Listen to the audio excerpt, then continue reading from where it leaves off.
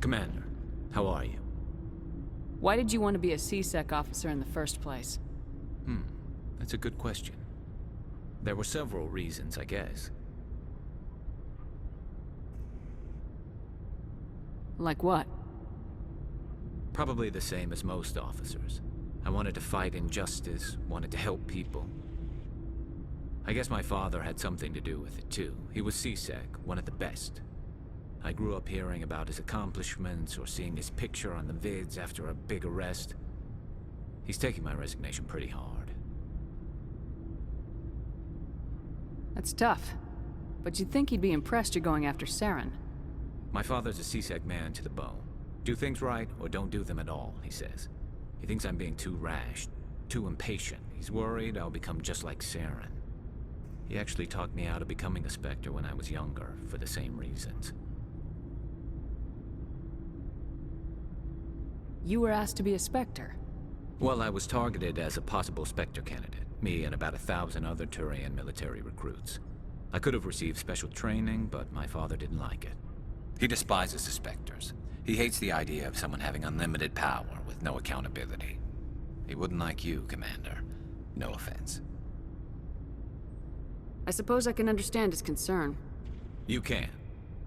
But Saren's not going to play by our rules, C-Sec's rules. If you want to nail Saren, you need to send someone who isn't restricted by policies and procedures. Just because you can break the rules doesn't mean you should. I don't need to stoop to Saren's level to stop him. And neither do you, Garrus. I see what you mean, but I'll think about it. Thanks, Commander. I prefer gold to silver, you know, for my medal. I figured you'd recommend me for one since I, pulled your boots out of the fire. If we present you with a medal, you'll end up sitting on stage listening to politicians make speeches for a couple of hours. That's a good point. They'd probably make me shave, too. I spent the last 7 weeks working on this baby. No medal's worth that. So, Commander, why don't you tell me why you're really here? I like to know my crew. Mind if I ask you a few questions? I can see where this is going. You did a background check on me, did you want top of my class in flight school? I earned that. All those commendations in my file? What are you talking about? Are you sick? You mean... Okay, even with... Put the Normandy in my hands and I'll make her dance for you. Just I don't have to go. But, yeah, I've seen some interesting things. I bet you have. Anything in particular that stands out? I remember this Solarian geneticist I was sent to investigate. That case was a bit disturbing. What happened? Why were you investigating him? I was tasked with tracking black market trade on the Citadel. Most of it harmless, nothing I needed to pursue. But during the course of my investigation, I noticed an increase in the trade of body parts, organs mostly. We usually get a few of those, but not the numbers I was seeing. We weren't sure if there was a new black market lab or if some freak was harvesting organs from citizens. You've seen this before on the Citadel? Every so often, some lab sells unwanted parts through the black market, but they're not as bad as the cycles. I remember this one Elcor diplomat we caught in my first year on the job. He was hacking people up and selling their organs, had the station in a bit of a panic. But this case wasn't that clear-cut. Turns out there was more going on than we first realized. So how did you figure out what was happening? First, we got a hold of a sample and ran DNA tests. The weird thing was, the match led us to a Turian who was still alive and was very convinced he'd never lost his liver. After a bit of digging, I discovered this Turian worked briefly for Dr. Salion, the geneticist. So I went to his lab hoping to find evidence of cloned organ development, but there was nothing. No Solarian hearts, no Turian livers, not one Krogan testicle.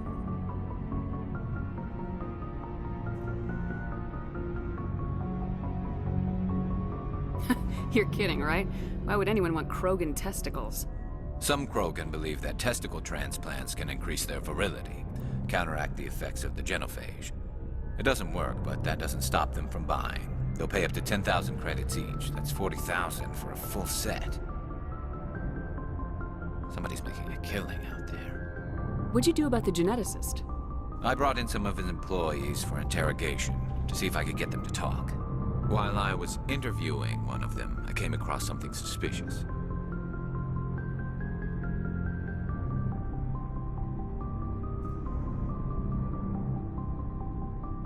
You mean threatening? Was that really necessary? Maybe, maybe not. Either way, it paid off. One of my detainees started bleeding profusely during the interview. We offered to patch him up, and he got frantic, freaked out. I ordered a full exam to find out what was going on. Our medics found incisions all over his body, some of them fresh. That was our big break. These people weren't just Dr. Salion's employees. They were test tubes. Walking, living test tubes.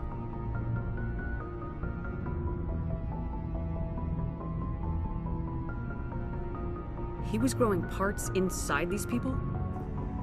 Exactly. He cloned their organs right inside their own bodies. Then he harvested them and sold them off. Most of the victims were poor. He'd pay them each a small percentage of the sales, but only if the organs were good. Sometimes an organ wouldn't grow properly, so he'd just leave it in them. Most of them were a mess, but only on the inside, hidden so nobody could see it.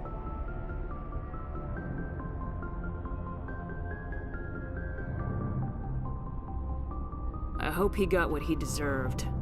That's the worst part. We never caught him. Why not? What the hell happened? He ran, blew his lab, grabbed some of his employees, and headed for the nearest space dock. By the time I found out, his ship was already leaving. He threatened to kill his hostages if we tried to stop him.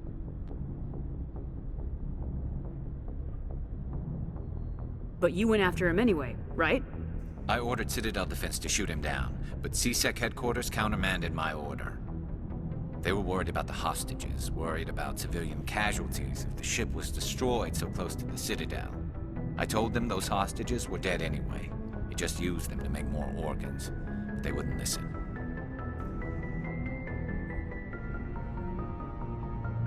It's not worth the risk.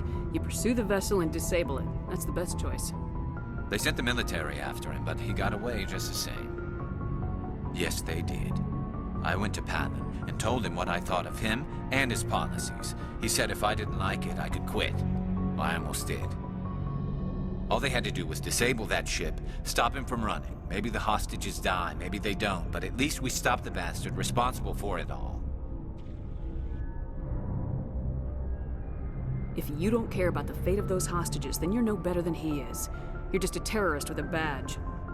Yeah, maybe you're right. It doesn't make it any easier, but I see your point. Just wish I could have stopped him.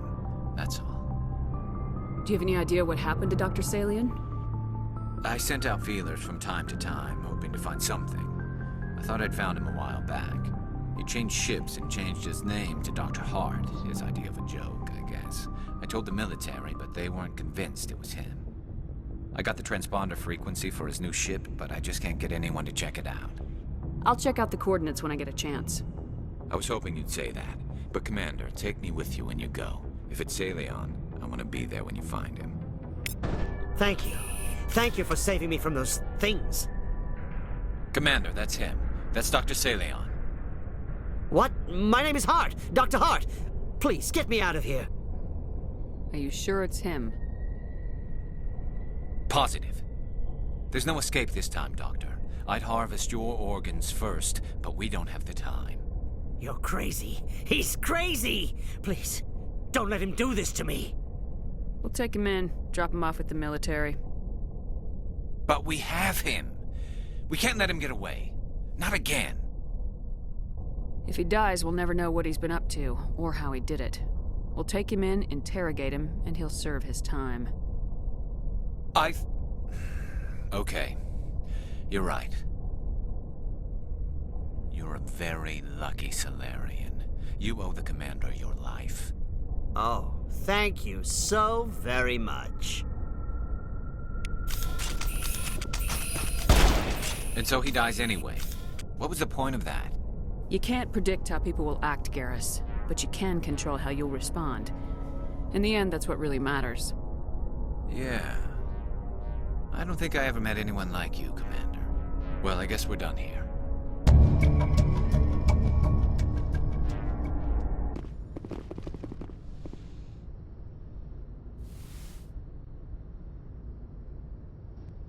Commander, are you coming to check up on me?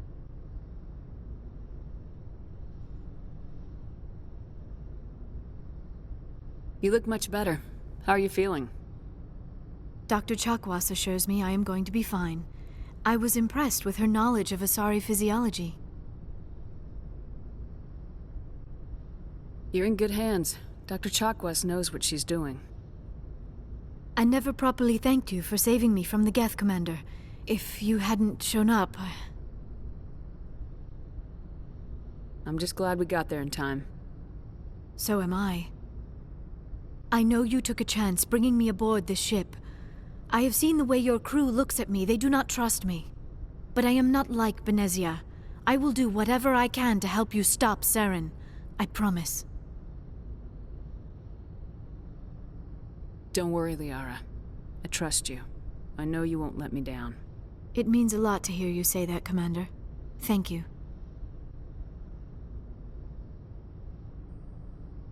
Tell me about yourself, Liara. Me? I am afraid I am not very interesting, Commander. I spend most of my time on remote digs, unearthing mundane items buried in long-forgotten Prothean ruins.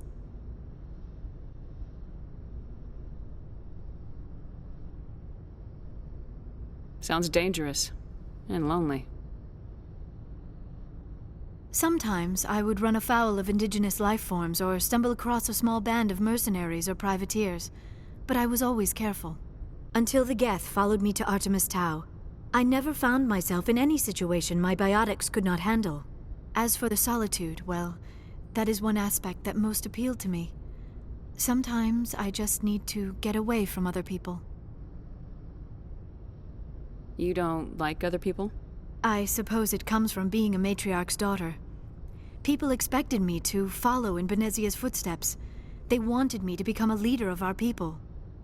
Matriarchs guide their followers into the future. They seek the truth of what is yet to come. Maybe that's why I became so interested in the secrets of the past.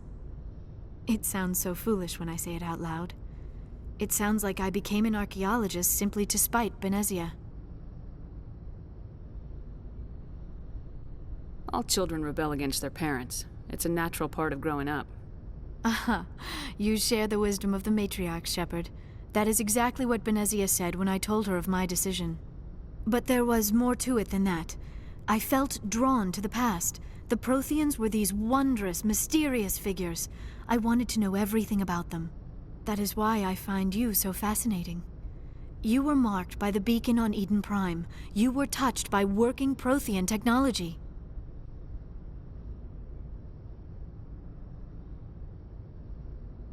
Sounds like you want to dissect me in a lab somewhere. What? No! I did not mean to insinuate. I never meant to offend you, Shepard. I only meant that you would be an interesting specimen for an in-depth study. No, that's even worse. Calm down, Liara. I was only joking. Joking? Oh, by the goddess, how could I be so dense? You must think I am a complete and utter fool. Now you know why I prefer to spend my time in the field with data disks and computers. I always seem to say something embarrassing around other people. Please, just pretend this conversation never happened.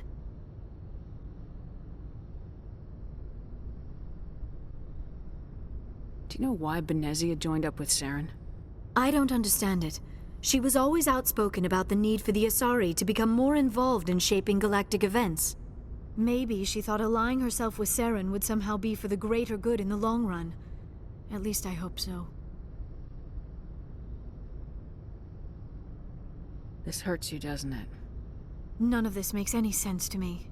I have not spoken to Benezia in many years, but I know her, and this was not like her. Something changed.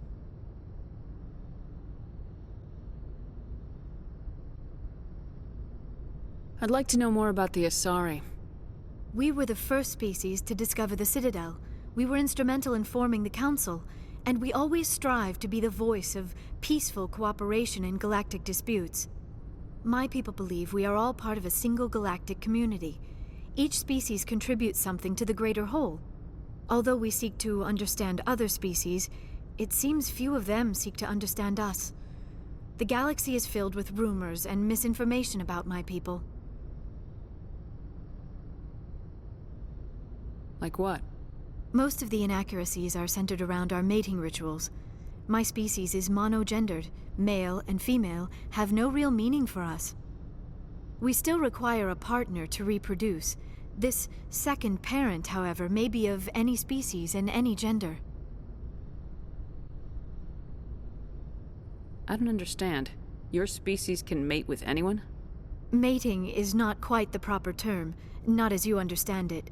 Physical contact may or may not be involved, but it is not an essential element of the union. The true connection is mental. Our physiology allows us to meld with other beings. We can touch the very depths of their minds. We explore the genetic memory of their species. We share the most basic elements of their individual and racial identities. We then pass these traits on to our daughters. It is how we learn to grow as a species and how we develop a greater understanding of other races. What happens to your partner after the union? Every relationship is different. Some unions are a single encounter with both parents parting ways afterwards. Others can be more long-term. Sometimes an Asari and her partner will stay together for many decades.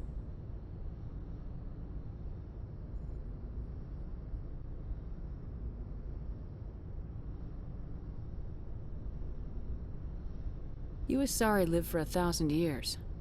What happens when your partner dies? Few sapient species live as long as my kind. We have learned to take a philosophical approach to our unions. We do not focus on the inevitable loss of our partners. Instead, we enjoy the time we spend with them. And even after they're gone, a part of them lives on in us. The union is a connection that transcends both time and space. Do you know who Matriarch Benezia chose as her partner? She rarely spoke of her partner. Though I know my father, if you want to use that term, was another Asari.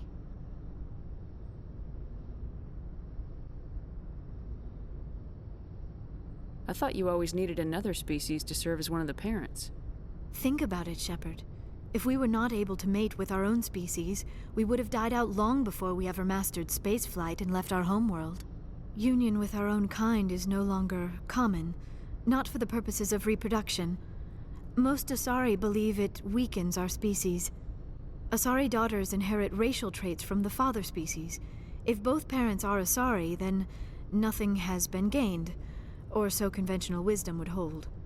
I am what is sometimes called a pureblood, though no Asari would ever be cruel enough to say the word to my face. It is a great insult among my people. It is possible Benezia's partner was embarrassed by their union.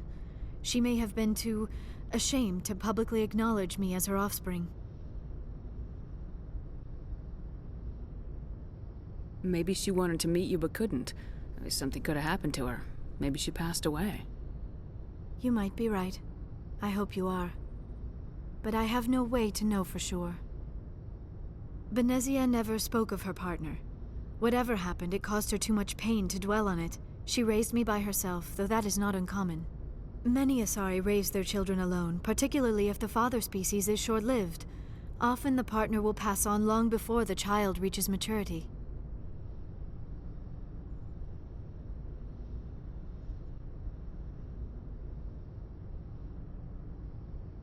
I'd like to know more about the Asari. We were the first species to discover the Citadel. We were instrumental in forming the Council, and we always strive to be the voice of peaceful cooperation in galactic disputes. My people believe we are all part of a single galactic community. Each species contributes something to the greater whole. Although we seek to understand other species, it seems few of them seek to understand us. The galaxy is filled with rumors and misinformation about my people.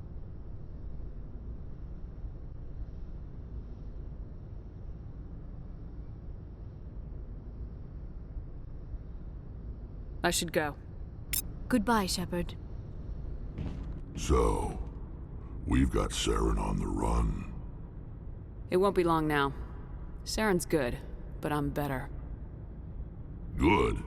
He's rotten. To the core. I could tell as soon as I met him. Why didn't you tell me this sooner? I would've if I thought it was important.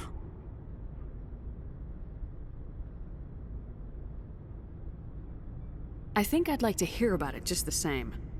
This was a while ago. A bunch of mercs were bragging about a job out near the edges of the Terminus systems. They said it paid well and the boss was never around to ride them. They said he was looking for more men, too. So I checked it out.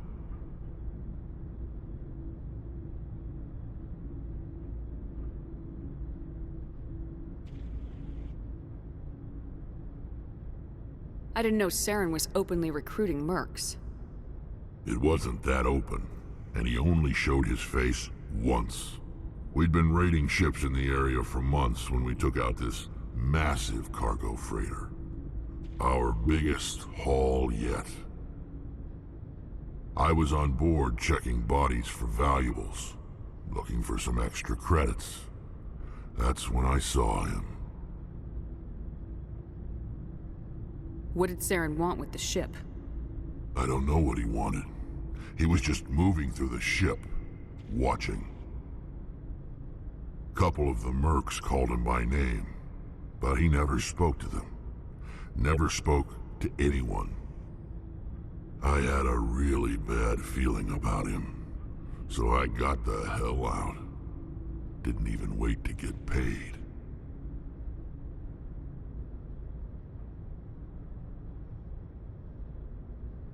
What kind of cargo was the freighter carrying? What was Saren after? I don't know. All I saw on that ship was food and medical supplies. There were some basic weapons, but nothing big. If there was anything of value on that ship, I didn't see it. That's why I didn't mention it sooner.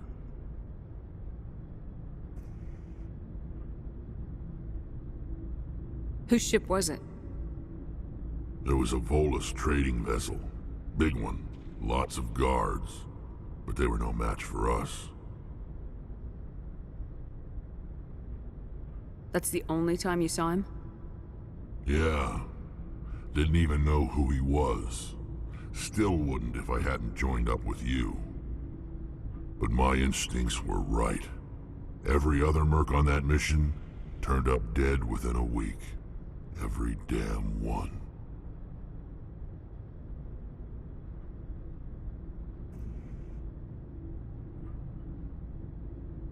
So long, Rex. Shepard.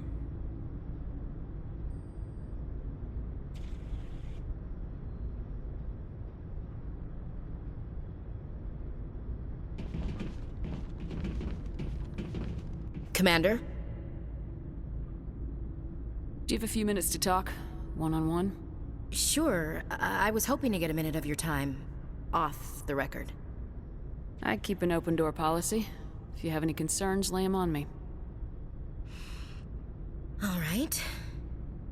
I know things are different aboard the Normandy, but I'm concerned about the aliens, Vicarian and Rex.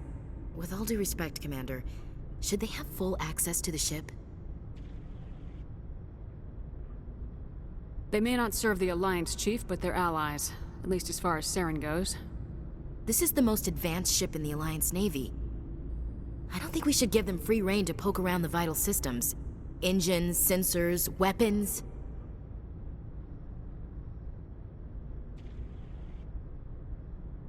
You don't trust the Alliance's allies? I'm not sure I'd call the Council races allies. We, humanity, I mean, have to learn to rely on ourselves. Standing up for ourselves doesn't mean standing alone.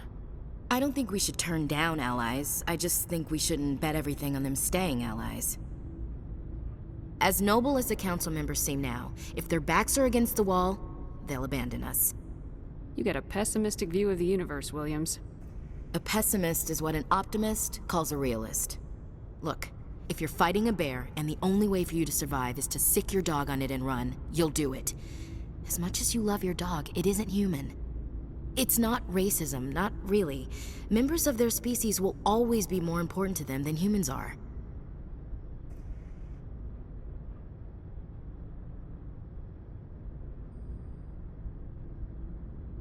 These seem like deeply held beliefs, Williams. What made you think this way? My family's defended the Alliance since it was founded. My father, grandfather, great-grandmother, they all picked up a rifle and swore the oath of service. I guess we just tend to think of Earth's interests as our own.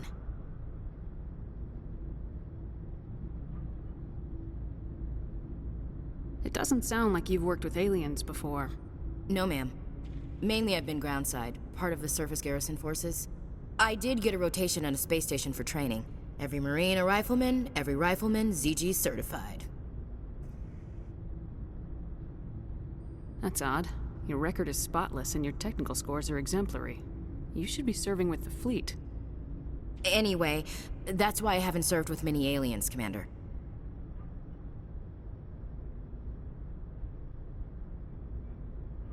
I come from a military family too. My parents were both Navy. Anybody in your family we might know? Couldn't say, Commander. We probably have a lot in common. You join up to carry on the tradition? Mainly I wanted to serve. Protect the Alliance, save lives, you know? Glad to hear it. I'd hate to think you were out here for a free college education. All right, I can see where your concerns are coming from, Williams. But this is a multilateral mission. You're gonna have to work with aliens, like it or not. It won't be a problem, Commander. You say jump, I say how high. You tell me to kiss a Turian, I'll ask which cheek. I don't think kissing Turians will be necessary. You never know, Commander.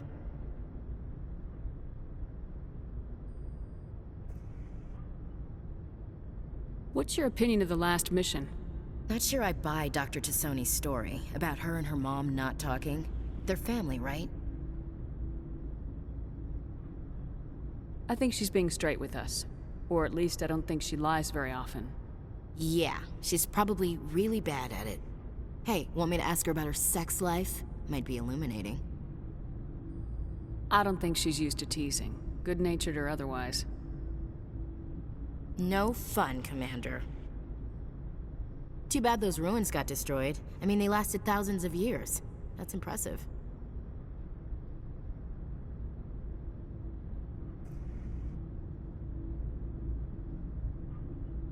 Dismissed, Chief. Ma'am.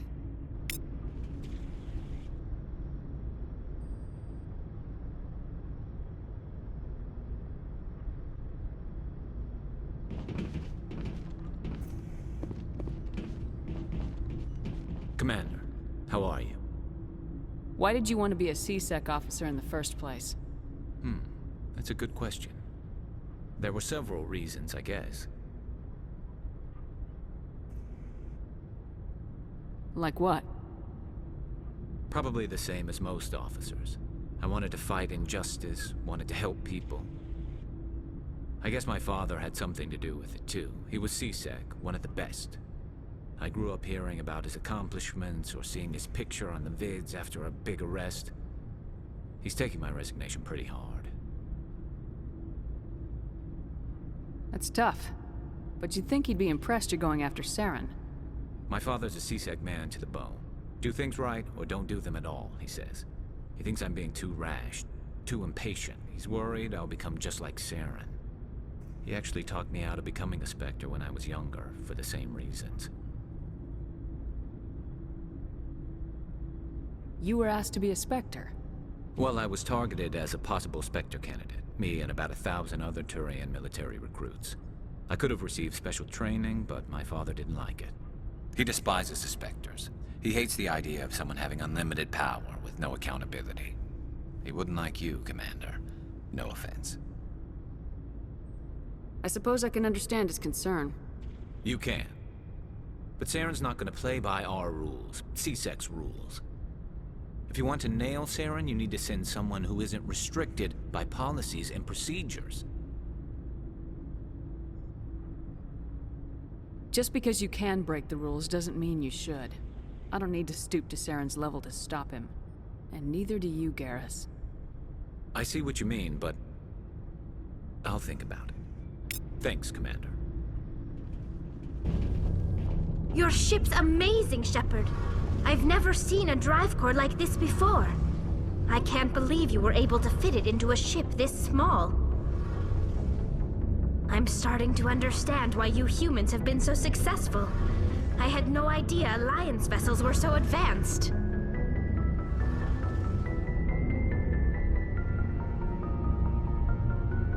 The Normandy's a prototype, cutting-edge technology. A month ago, I was patching a makeshift fuel line into a converted tug ship in the flotilla. Now, I'm sitting on board one of the most advanced vessels in Citadel space. I have to thank you again for bringing me along. Traveling on a vessel like this is a dream come true for me.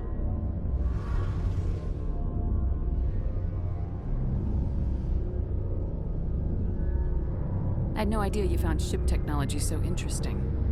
It comes with being a Quarian. The migrant fleet is the key to the survival of my people. Ships are our most valuable resource. But we don't have anything like this. We make do with cast-offs and second-hand equipment. We just try to keep them running for as long as we can. Some of the fleet's larger vessels date all the way back to our original flight from the Geth.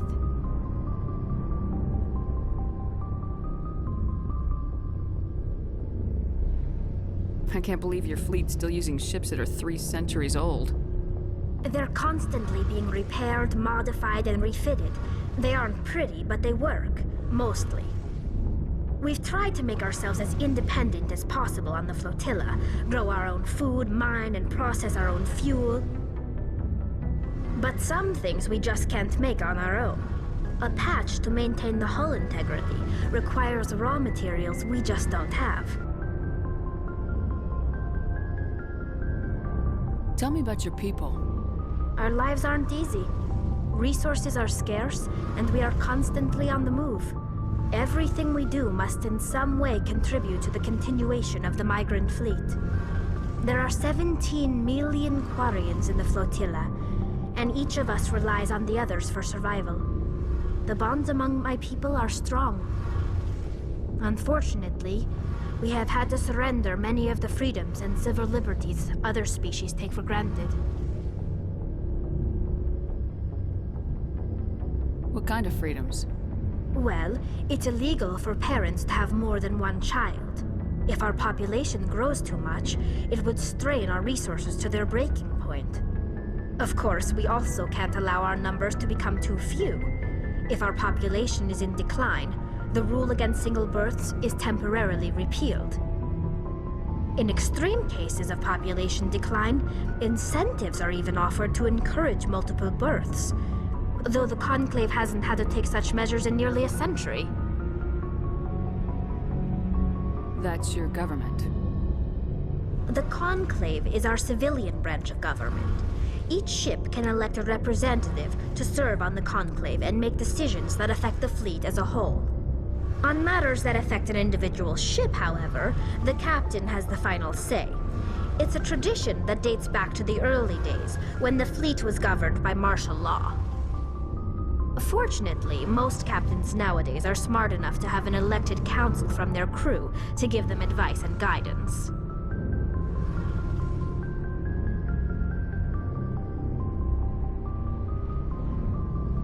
So the ultimate power rests with elected officials? In practice, the Conclave and the respective council for each ship tend to set the rules that govern our daily lives. But in theory, we are still under military jurisdiction. The 5 top-ranking military officials in the fleet serve on the Admiralty Board. These 5 have the power to overrule any decision by the Conclave in case of emergency. To do so requires unanimous agreement among the Admiralty, and they can only do this once. After that, the entire board must resign their posts. It's a safeguard that served us well. In nearly 3 centuries, the Admiralty Board has only overruled the Conclave 4 times.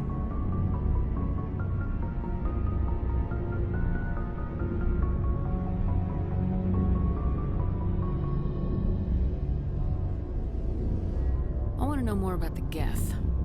I doubt I can tell you anything you don't already know. It's been almost 3 centuries since they drove my people into exile. All I know is the story of their origins. What they were when we created them, and how they turned on us. Interesting.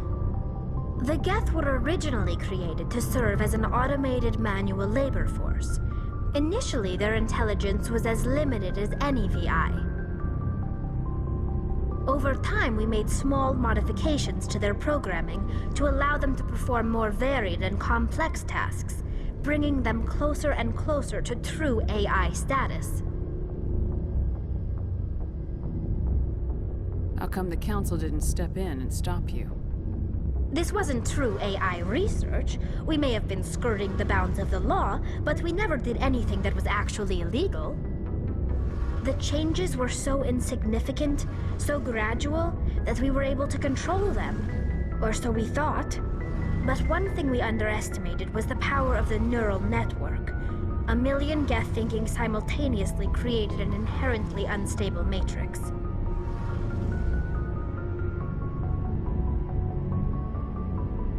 So the Geth share brain power? Many of the Geth's logic systems were designed to work in concert with other nearby Geth. Basically, the more of them you have in a group, the smarter they are.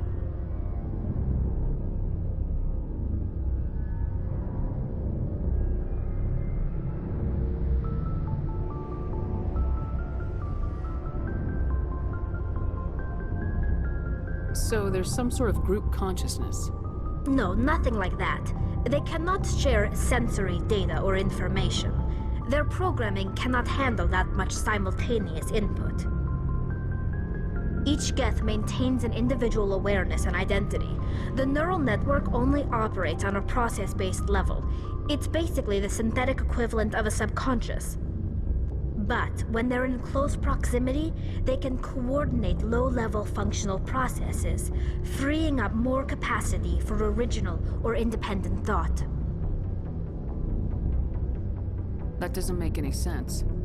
I'm probably oversimplifying. The Geth are incredibly advanced and complex creations. All you need to know is that they get smarter when they gather in large numbers. As we built more and more Geth, their effective intelligence became more sophisticated, more abstract. One day, a Geth began to ask its Quarian overseer questions about the nature of its existence. Am I alive? Why am I here? What is my purpose? As you can imagine, this caused a near panic among my people. I don't see what's so bad about those questions. The Geth were created to engage in mundane, repetitive, or dangerous manual labor. That's fine for machines, but it won't satisfy a sentient being for long. The Geth were showing signs of rudimentary self-awareness and independent thought. If the Geth were intelligent, then we were essentially using them as slaves. It was inevitable the newly sentient Geth would rebel against their situation. We knew they would rise up against us, so we acted first. A general order went out across all Quarian-controlled systems to permanently deactivate all Geth. The Geth responded to this order violently. Hey, you can't blame them for fighting for their survival. We had no other choice. The Geth were already on the verge of revolution. By acting quickly, we had a chance to end the war before it began. The hope was that most of the Geth would still be little more than machines, incapable of organized resistance. But they had progressed much further than anyone anticipated. The war was long and bloody. Millions upon millions of Quarians died at their hands. In the end, we were forced to flee our own homeworld. We feared the Geth would pursue us, but they never came beyond the Veil. Now we drift through space, exile searching for a way to reclaim what was once ours.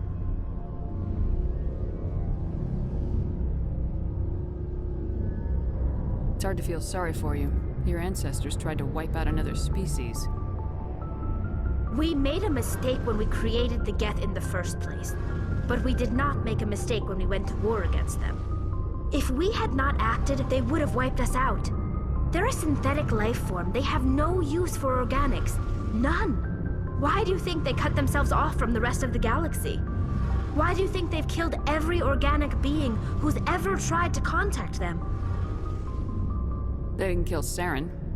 What does that tell you? The Geth are not innocent victims in all this. They're the enemy. They want to destroy us. Not just the Quarians. All organic life. That's why they've joined up with Saren. And that's why we have to stop him.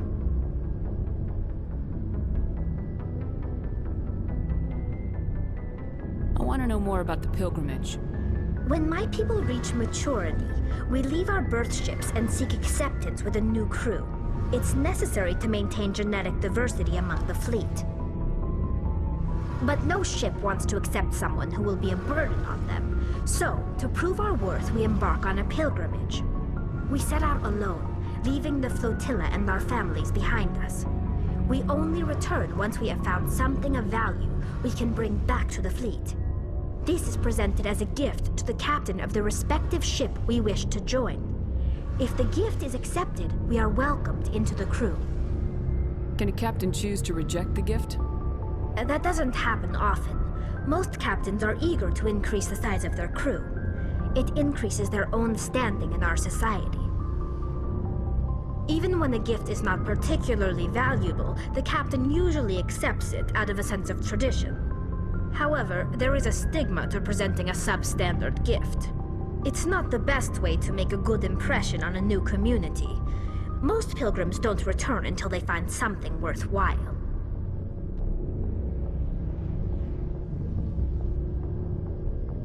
I can't believe they just send you off alone. It's not like they just cast us out. Before we leave, we are given lessons in how to survive outside the flotilla, and given gifts to help us on our journey. We also receive implants to fight off sickness and disease. Generations of living in an isolated and highly controlled environment have left our immune systems weaker than most. By the time we leave the fleet, we are well equipped for the pilgrimage. This is a rite of passage for all Quarians. If it were dangerous, our numbers would suffer. Virtually every pilgrimage ends with a triumphant return and the ritual presentation of the gift to one of the fleet's captains.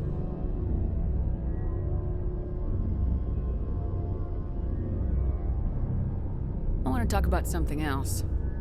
Like what? I should go. See you later. Hey, Commander, you know that Quarian, Tally? She's been spending all her time down here asking me about our engines. I'll tell her to leave you alone. What? No, she's amazing. I wish my guys were half as smart as she is. Give her a month on board and she'll know more about our engines than I do. She's got a real knack for technology, that one. I can see why you wanted her to come along.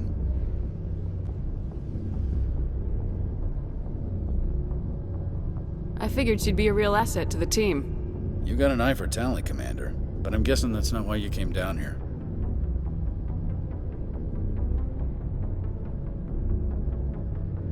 Carry on, Adams. Aye, aye, Commander. We saw your ship. Kaidan wants to speak with you immediately. Who's Kaidan? He's our leader. He needs your help to prepare for the Geth. They're making another push. Please, up the stairs past the freighter.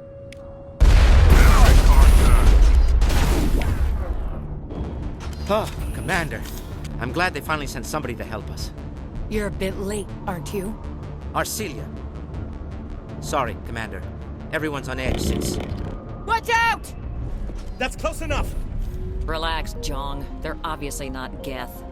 Get back, Juliana. Who are you? What do you want? Commander Shepard. I'm here to remove your Geth problem. You see? You worry too much. And you trust too easily, Juliana. I'm just glad to see a friendly face. I thought we were the only humans left on this planet.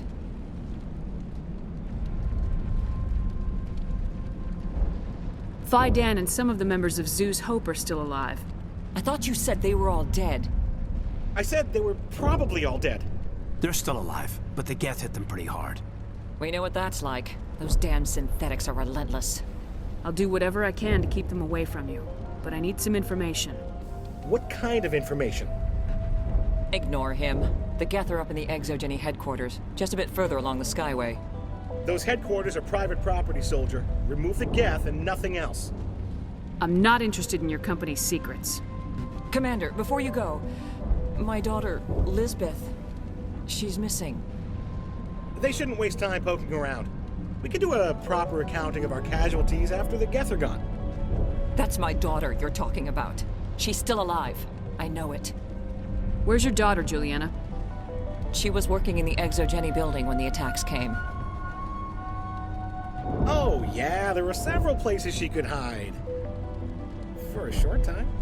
If she's in there, I'll get her out. Thank you, Commander. Thank you. Do you know what the Geth are after? I have no idea. We certainly haven't found anything of use. Something Exogeny is keen to remind us of. We need to recoup our expenses. It's nothing personal. Tell me about the colony. We established ourselves here 4 years ago. Growth was steady until the attacks. Our biggest challenge has been the lack of resources. There's just so little here of value. Still, we were making a go of it. It was even starting to feel like home. What brought you here? I guess I thought this would be the start of a new life.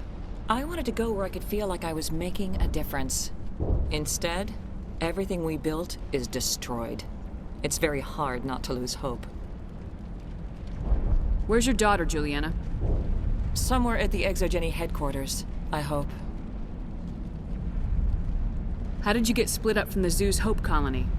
Most of us live closer to the Exogeny building. Zoo's Hope was mostly used as a port. When the Geth hit, we scattered. Until you told us about the others, we assumed they were killed in the first wave. If we had known they were still alive, we might have attempted to join them. They're fairly secure now. Maybe you should do that. No. I don't think that's a good idea. We have no vehicles, and the Skyway offers little protection. Like the building we're in now?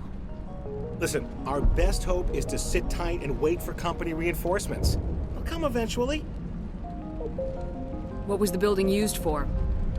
Oh, yeah, we repurposed that structure to serve as headquarters for Exogeny. That's mostly offices with a number of light-duty R&D labs. Exogeny is a master at repurposing anything and everything. The company has to make a profit somehow, Juliana. Feros is a long way from self-sufficient. Stay bunkered down until I find out what the Geth are after. Of course. And please remember, if you see my daughter... Damn it! I'm so sorry. I thought you were Geth, or one of those Baron. You're safe now. But why were you here in the first place? It's my own fault. Everyone else was running, and I stayed to back up data. Next thing I knew, the Geth ship latched on, and the power went out. I was trapped. I tried to get out, but the way was blocked. We'll get you out as soon as we find out what the Geth are after. It's not the Geth, it's the energy field they put up. They don't want anyone else getting access to the... I'm here for the Geth. It's very important that I find out what they're after. I don't know for certain, but I'm guessing they're here for the Thorian. What's a Thorian?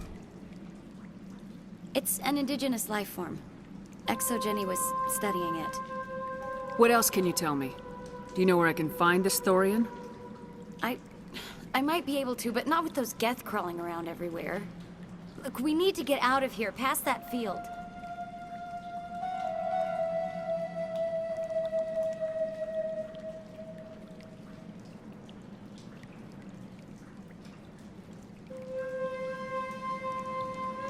Do you know how we can shut it down? No, not exactly. But I think the Geth ship is powering it. I've noticed the Geth laying power cables everywhere. You could follow those cables, but there's Geth all over the place.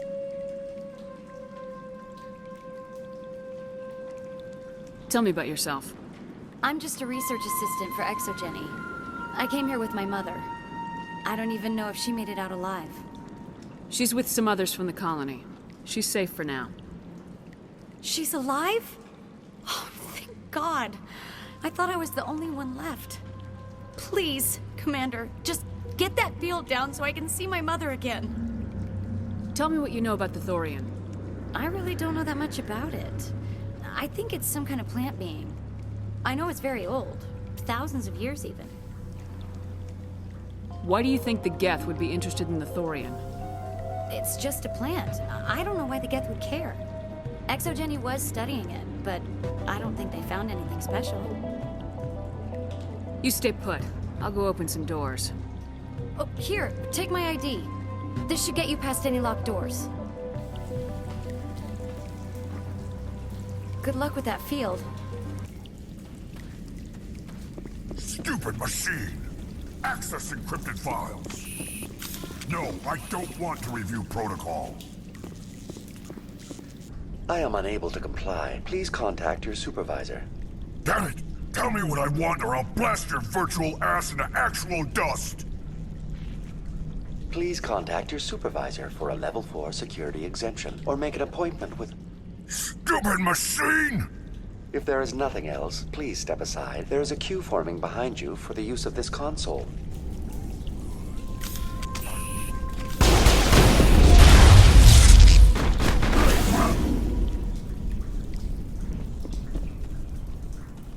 Exogeny Corporation reminds all staff that the discharging of weapons while on company property is strictly forbidden. Welcome back, Research Assistant Elizabeth Bainham. What can I do for you? How do you know I'm Lisbeth? Your access card identifies you as Elizabeth Bainham. Is there something you require, Dr. Bainham? What information was the last user attempting to access? Fetching data. The previous user was attempting to access details on the study of subject species 37, the Thorian. Tell me everything you told the Krogan. I was unable to provide the previous user with any relevant data. Aside from lacking proper access, there has been no new data available on species 37.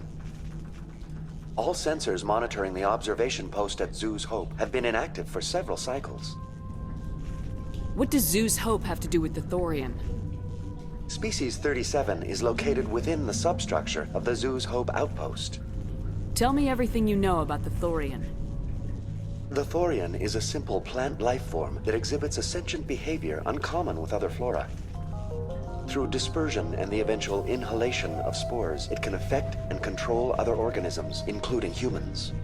The Zoo's Hope control group has yielded interesting results. Before sensors went offline, almost 85% of all test subjects were infected. Are you saying Exogeny knew its people were getting infected?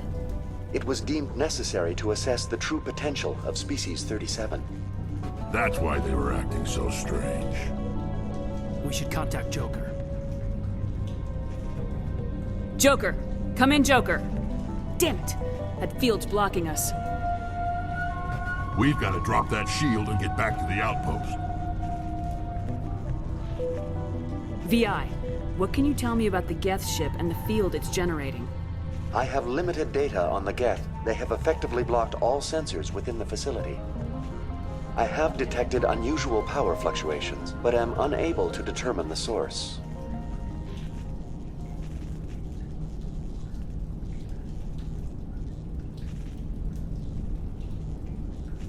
I want to know about Exogeny Corporation. Exogeny Corporation is at the forefront of human expansion in the new galactic economy, funding colonial development and securing resource rights to ensure our progress as a species. Further inquiries regarding company policy may be directed to Consumer Information Services during regular business hours. Who's in charge here? Who organized the research? All decisions about local resource analysis and acquisition are made by on-site management, deferring to the board of directors only when seasonal quotas are missed or exceeded. Individual employee records are confidential. That's enough for now. Going to standby mode.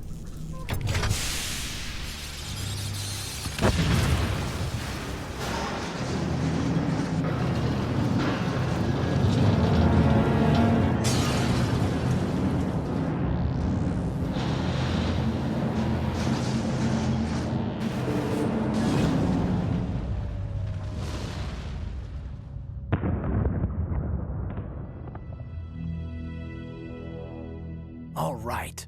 The door out will be open now. We can head back and deal with this Thorian thing. Well, that got the job done.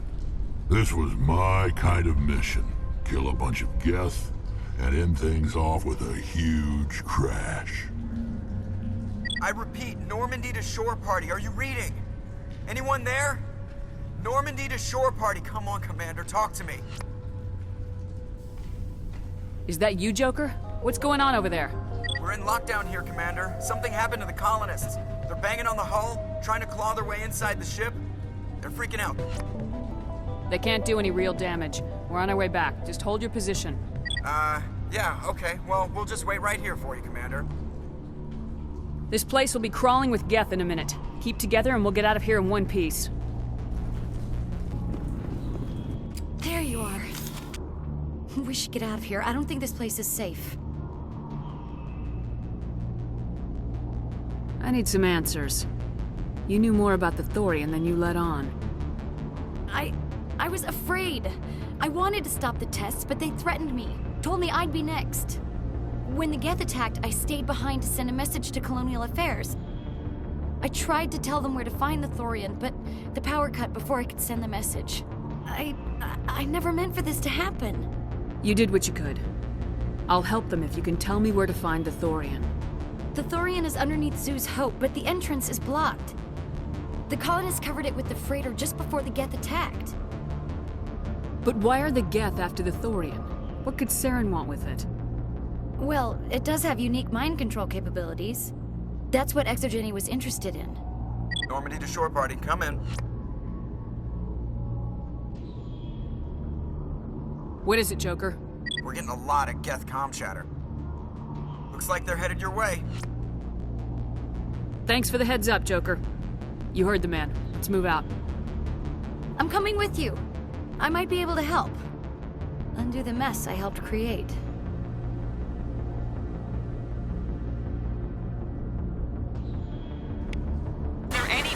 Is there anyone picking this up? Get away from that radio! What was that all about? This is Juliana Bainham of Pharaoh's Colony. Please, help us. That's my mom! Stop! Stop, you're over!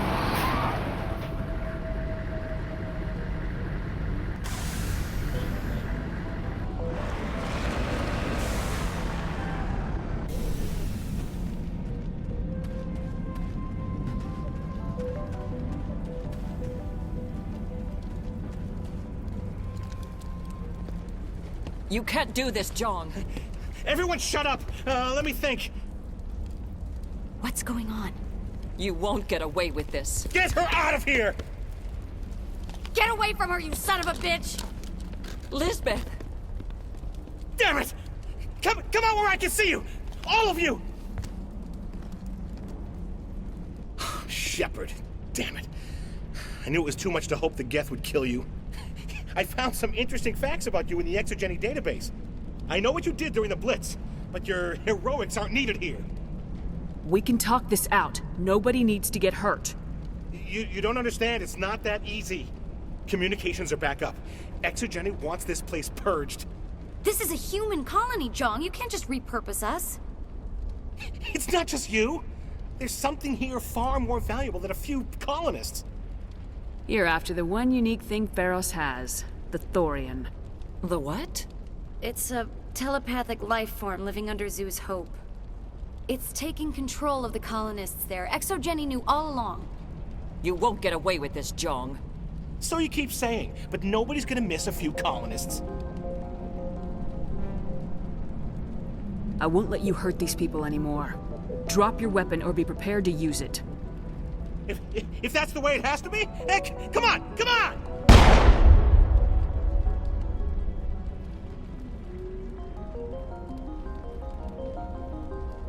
As if we don't have enough problems. Now we're shooting each other in the back. It's my fault. I knew what was going on and I didn't do anything. Don't you start. You do good work, and you know it. So what now, Commander? I'll deal with the Thorian, then make sure you're safe. The colonists won't let you near the Thorian. They die first. They're under its control. What else am I supposed to do? There's gotta be another way. I think there is. You could safely use a nerve agent to neutralize the colonists. Like a gas grenade. Releasing clouds of nerve gas doesn't seem like a particularly good idea. It's not like it's weapons grade. The insecticide we use in the grow labs contains trace amounts of tetraclopine, a neuromuscular degenerator. If their nervous systems are already weakened, it may act as a paralyzing agent. If we must consider it, drop it in a concussion grenade. Sounds good. I'll do what I can. Excellent. Thank you so much, Commander.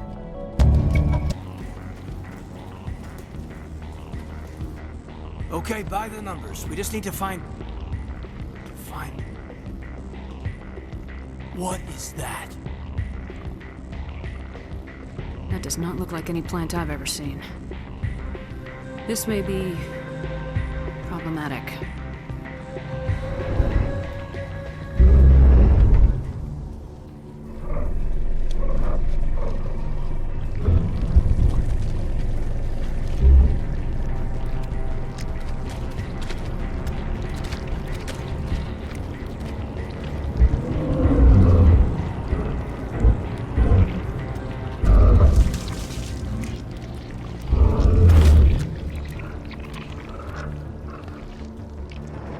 Invaders, your every step is a transgression.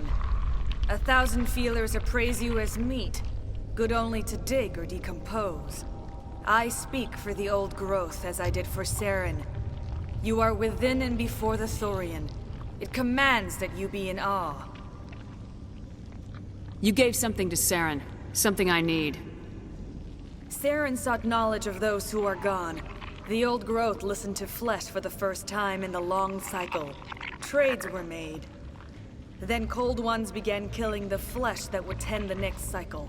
Flesh fairly given. The old growth sees the air you push as lies. It will listen no more.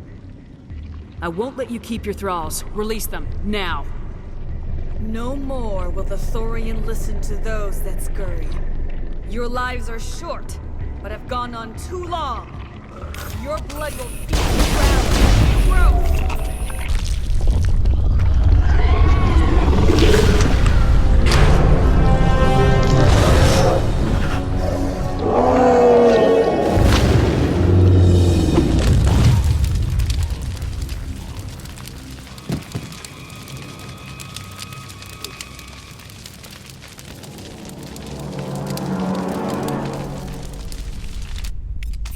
I'm free.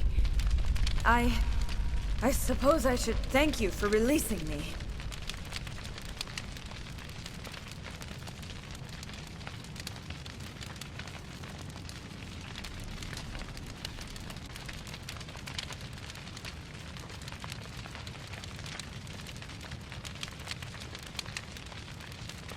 Is everything all right? Are you hurt? I am fine, or I will be, in time. My name is Shiala. I served Matriarch Benezia.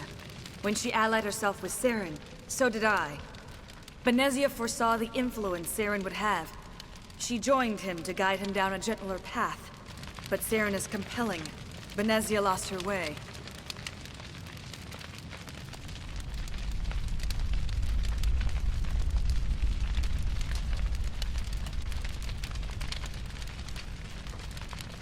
Are you saying Saren can control minds?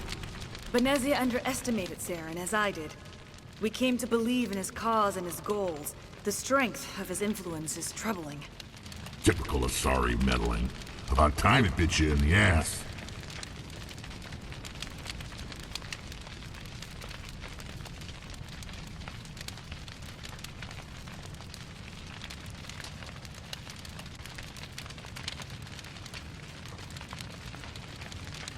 Asari matriarchs are among the most intelligent and powerful beings in the galaxy. How could one fall under Saren's control? Saren has a vessel, an enormous warship unlike anything I've ever seen. He calls it Sovereign. It can dominate the minds of his followers. They become indoctrinated to Saren's will. The process is subtle. It can take days, weeks, but in the end, it is absolute. I was a willing slave when Saren brought me to this world. He needed my biotics to communicate with the Thorian to learn its secrets. Saren offered me in trade. I was sacrificed to secure an alliance between Saren and the Thorian. Saren's pretty quick to betray his own people. He was quick to betray the Thorian, too. After he had what he wanted, he ordered the Geth to destroy all evidence of its existence. Saren knows you are searching for the conduit. He knows you are following his steps. He attacked the Thorian so you could not gain the cipher. What's the cipher? And why did Saren need it? The beacon on Eden Prime gave you visions. But the visions are unclear, confusing. They were meant for a Prothean mind.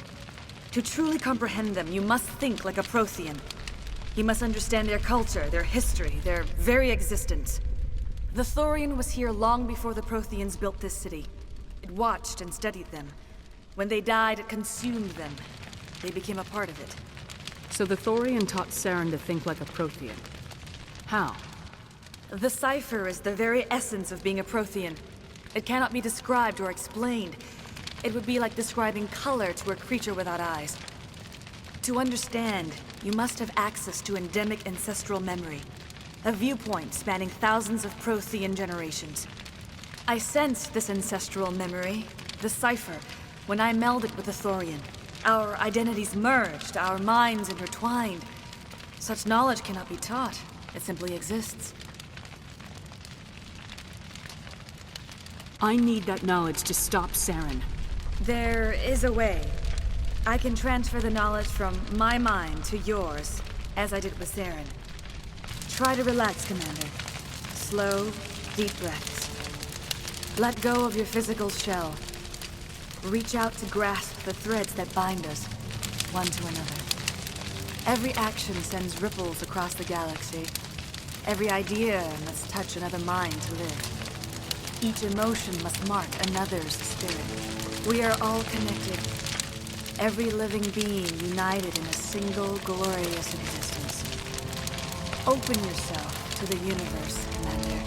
Embrace eternity.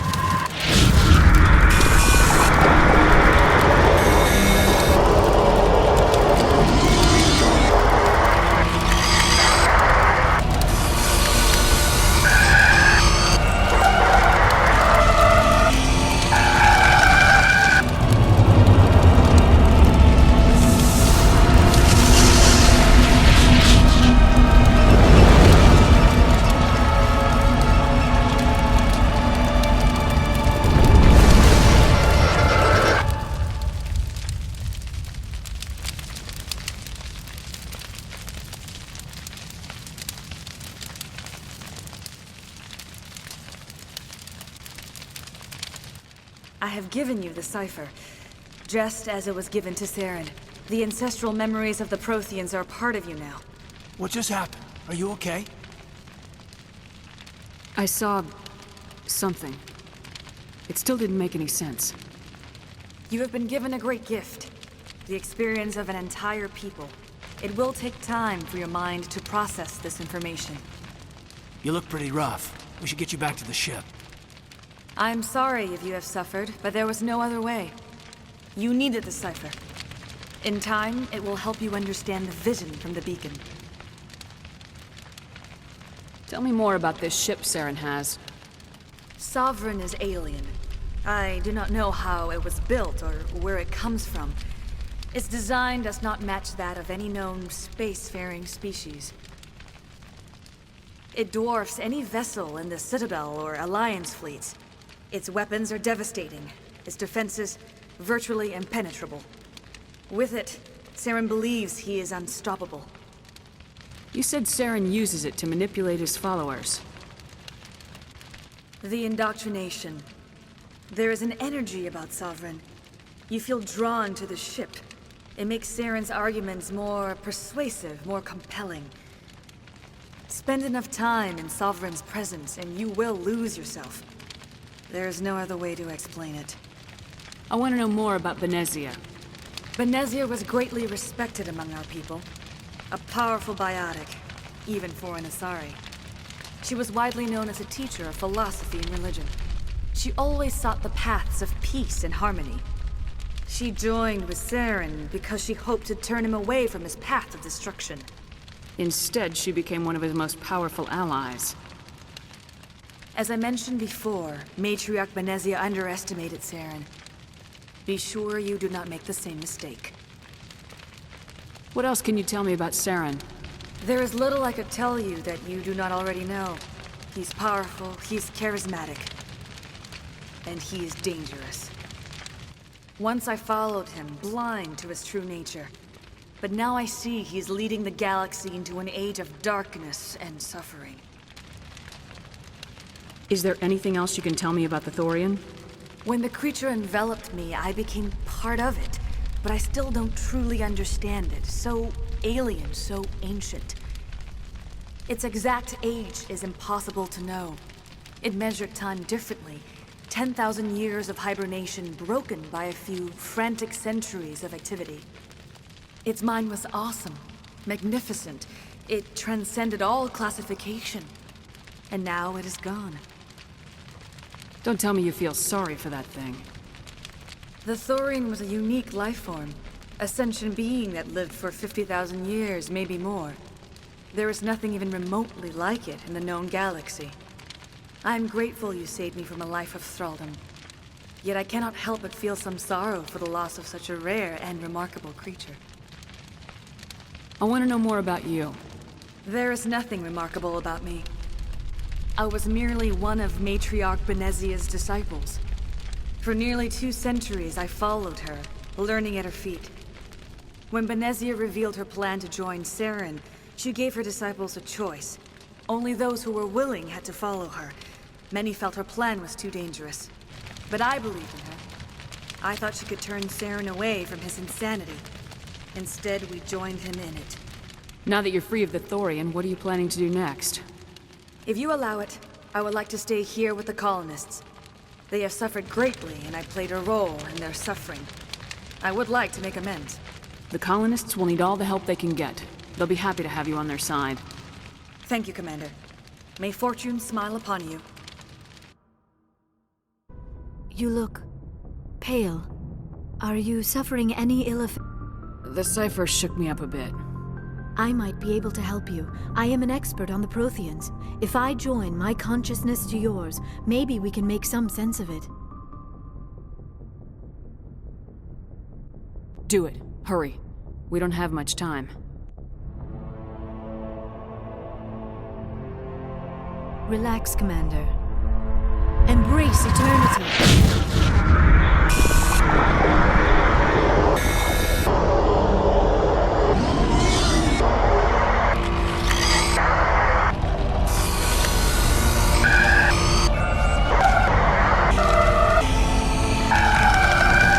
That was incredible. All this time, all my research, yet I never dreamed. I am sorry. The images were so vivid. I never imagined the experience would be so intense. You are remarkably strong-willed, Commander. What you have been through, what you have seen, would have destroyed a lesser mind. Did you see anything? The beacon on Eden Prime must have been badly damaged. Large parts of the vision are missing. The data transferred into the Commander's mind is incomplete. You sure you didn't come across any kind of clue or hint? Something we might have missed? Everything I saw, you already know. You were right about the Reapers. The Protheans were destroyed by a race of sentient machines. I think it is obvious there is a connection between the Reapers, the Prothean extinction, and the Conduit, but I did not see anything that would help us find it. What's our next move? I was able to interpret the data relayed through your vision, what was there at least. But something was missing. Saren must have the missing information. The cipher shook me up a bit. I might be able to help you. I am an expert on the Protheans.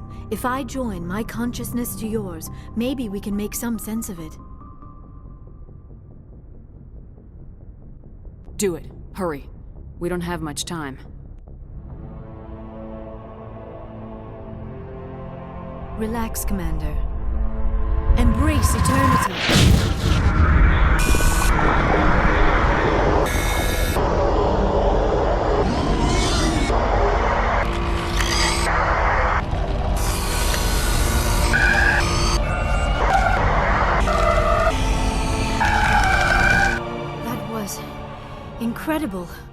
All this time, all my research, yet I never dreamed. I am sorry. The images were so vivid. I never imagined the experience would be so intense. You are remarkably strong-willed, Commander. What you have been through, what you have seen, would have destroyed a lesser mind. Did you see anything? The beacon on Eden Prime must have been badly damaged. Large parts of the vision are missing. The data transferred into the Commander's mind is incomplete. You sure you didn't come across any kind of clue or hint? Something we might have missed? Everything I saw, you already know. You were right about the Reapers. The Protheans were destroyed by a race of sentient machines. I think it is obvious there is a connection between the Reapers, the Prothean extinction, and the Conduit, but I did not see anything that would help us find it. What's our next move? I was able to interpret the data relayed through your vision, what was there at least, but something was missing. Saren must have the missing information. Maybe he found another beacon. If we can find the missing data from your vision, I can... I am sorry. The joining is exhausting. I should go to the medical bay and lie down for a moment. Dr. Chalkwash should take a look at you. That will not be necessary. I just... Here, dismissed. I've sent off the Pharos report, Commander. You want me to patch you through to the Council? Patch him through, Joker. Setting up the link now, Commander. Commander, Exogeny should have told us about the Thorian. It would have made your job much easier. You might have been able to capture it for study instead of destroying it. The Thorian liked to enslave minds. Anyone who studied it would have ended up as one of its thralls. Perhaps it's for the best then. At least the colony was saved. Of course it was saved. Shepard would go to any lengths to help a human colony. Being human had nothing to do with it. They were in trouble. Admirable. But sometimes Spectres have to make sacrifices. I hope you're willing to do that when the time comes. Goodbye, Commander. We will be waiting for your next report. Hey, Commander, next time we touch down, let's try not to park the ship in a colony of mutant zombies. Just thinking out loud here. I have to go.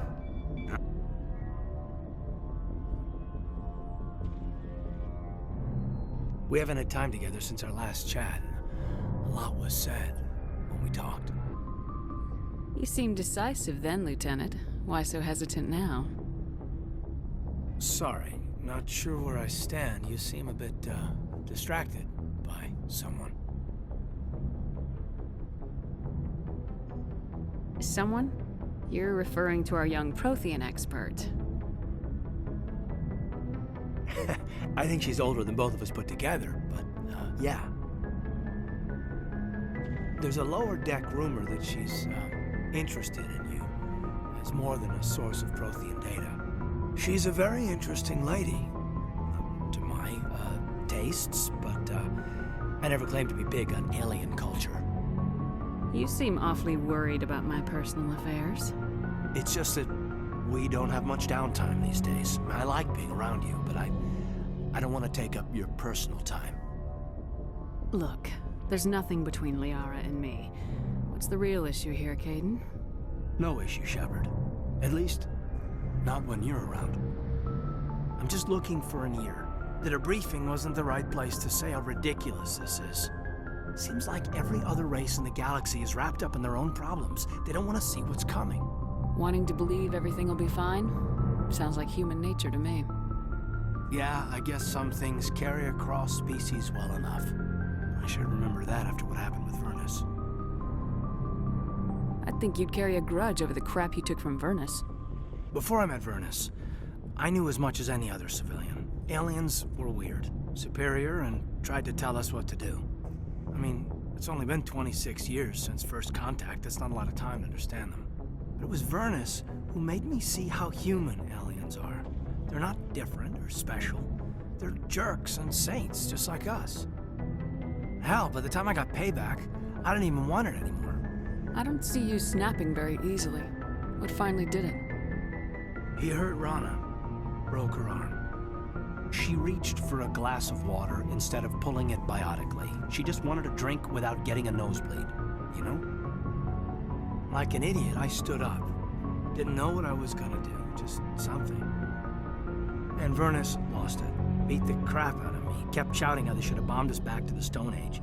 And that's when the knife came up. A military-issue talon, right in my face.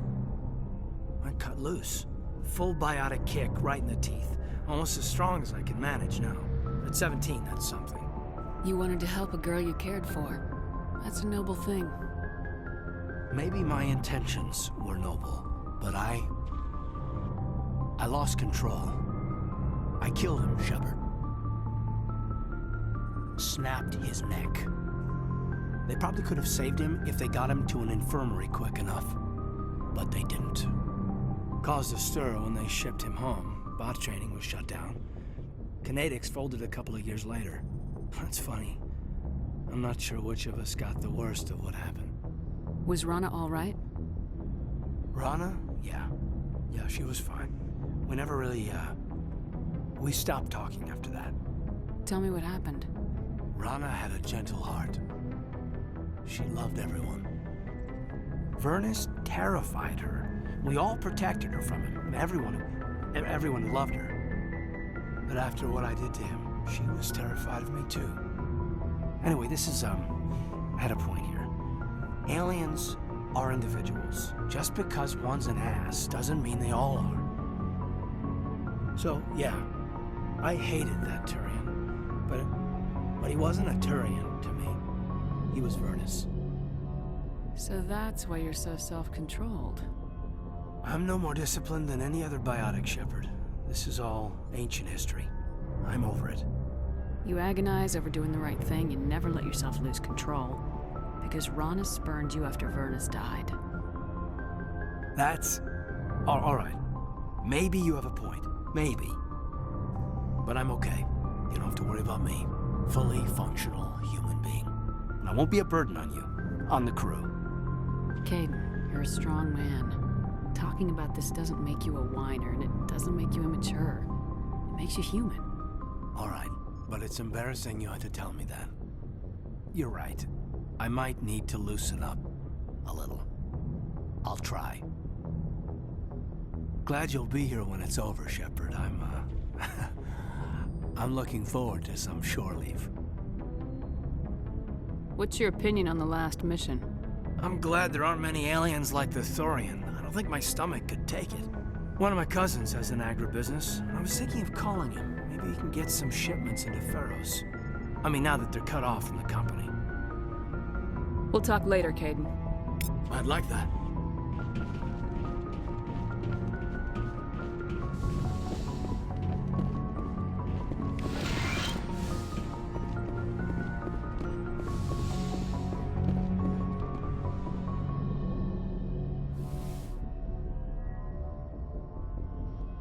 Commander, are you coming to check up on me? You look much better. How are you feeling? Dr. Chakwas assures me I am going to be fine. I was impressed with her knowledge of Asari physiology. You're in good hands. Dr. Chakwas knows what she's doing. I get the feeling you want to ask me something, Commander. Maybe we could pick up where we left off. You were telling me about your interest in the Protheans. Actually, I think I was talking about my interest in you, and making a fool of myself in the process. As I said, I am not used to dealing with people, especially humans. I did not really know much about your species when we first met, Shepard. I found it hard to take humanity seriously. Your kind always seemed so rushed and high-strung. We don't have the luxury of time.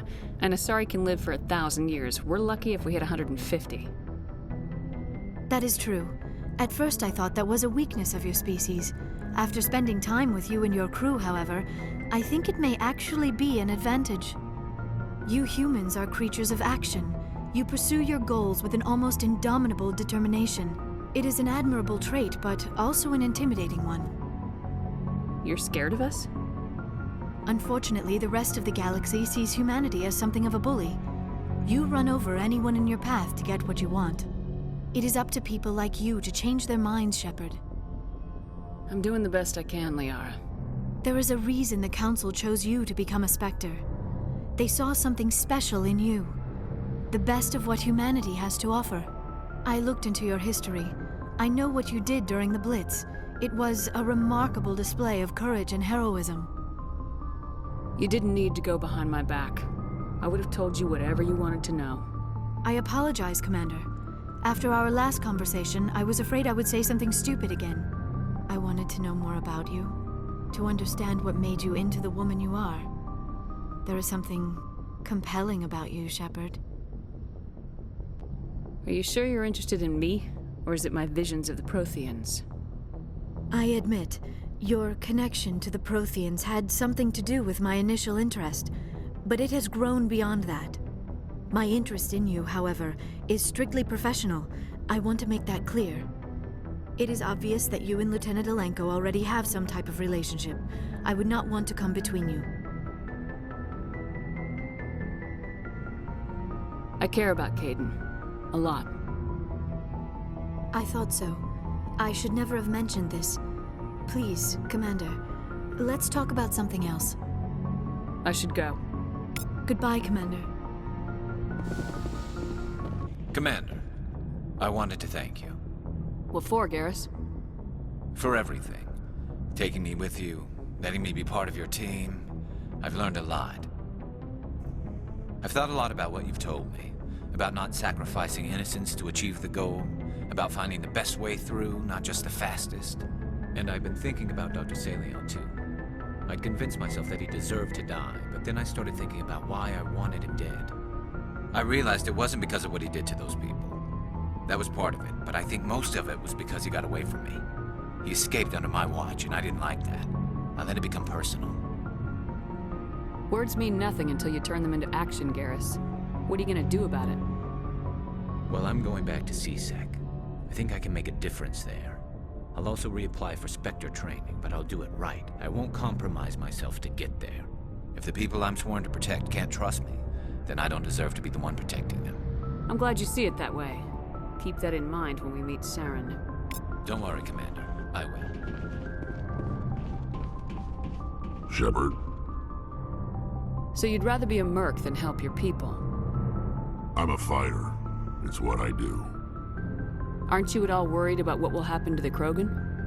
What the hell do you want me to do about it, Shepard? I'm tired of sticking my ass on the line and getting nothing for it. So you're just giving up on your people? I gave up on fighting for a lost cause. I'm not like you, Shepard. I'm no hero. Bottom line, killing for credits simplifies things. You ever think about helping your people? I try not to. But there's a lot of Krogan mercs out there.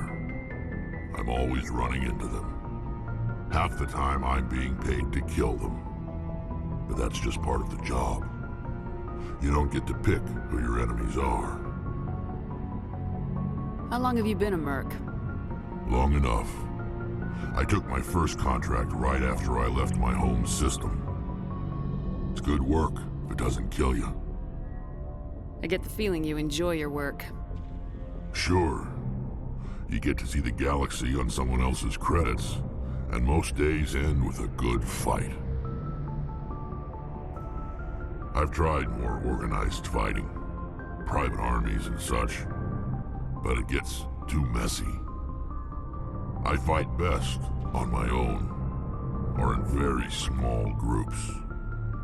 I don't like people relying on me, and I bloody well don't like relying on them. So long, Rex.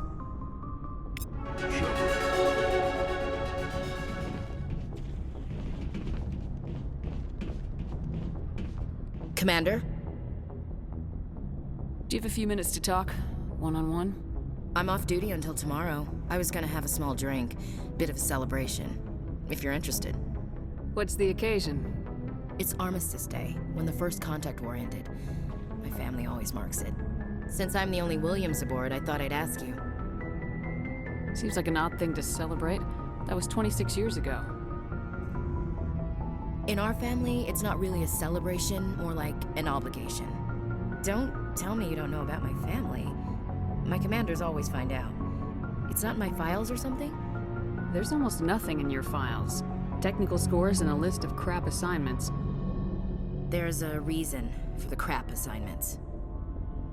I'm General Williams' granddaughter, the commander of the Shanxi garrison in the war. The only human ever to surrender to an alien race. I see. That's why you drive yourself so hard. A Williams has to be better than the best, if only to avoid suspicion. That's what my dad told me the night before he retired. Takes a special kind of big-headed to march into a job where your family's blacklisted. I did it anyway. I'm not gonna let our name go down with Arnold and Quisling. Granddad deserved better than that. What happened to your grandfather after the war? He was relieved of command as soon as Shanxi was liberated. They brought him back to Earth in irons, but there was never a trial. They quietly demoted him and stuck him behind a desk. He retired a year later and spent the rest of his life working construction in the colonies. Sometimes we hear about attempts to get him exonerated in some official way. Nothing ever comes of them. As I recall, your grandfather held out for a long time. The Turians wrecked the orbitals in the first wave and occupied the major cities. They sat in orbit, dropping rocks on anything that moved. Granddad dispersed the troops, but when they went into the cities for supplies, the Turians would wreck a block to eliminate one fire team. Civilians were dying, his troops were starving, and he couldn't contact Alliance High Command. So he surrendered the garrison. He refused to sacrifice his men just to save face for humanity. You planning to throw yourself on a sword to save face for him? Would it make a difference? He's gone now. Dad's gone too. And who would it impress? I'll never be good enough for the Alliance. So now you know. Gonna kick me off the ship, Skipper? You're a valuable part of my crew, Williams. If I want an opinion from the head, I go to Alenko. When I want one from the heart, I go to you.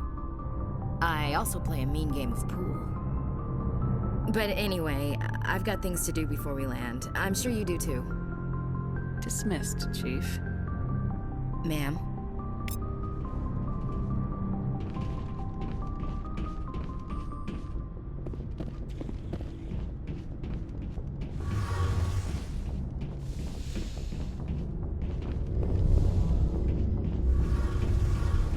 It feels like we're getting near the end, doesn't it, Shepard?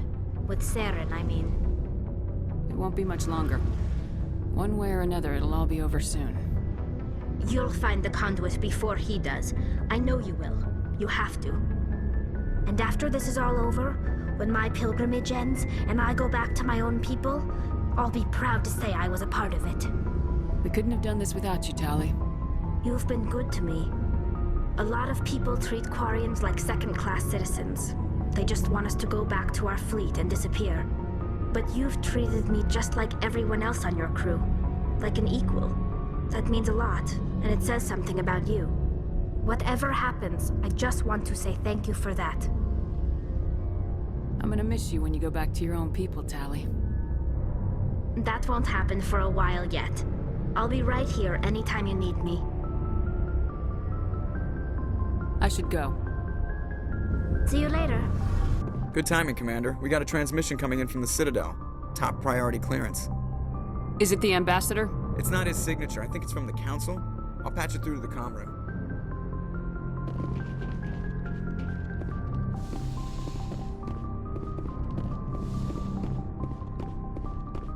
Commander Shepard, we've received information that may be critical to your mission against Saren.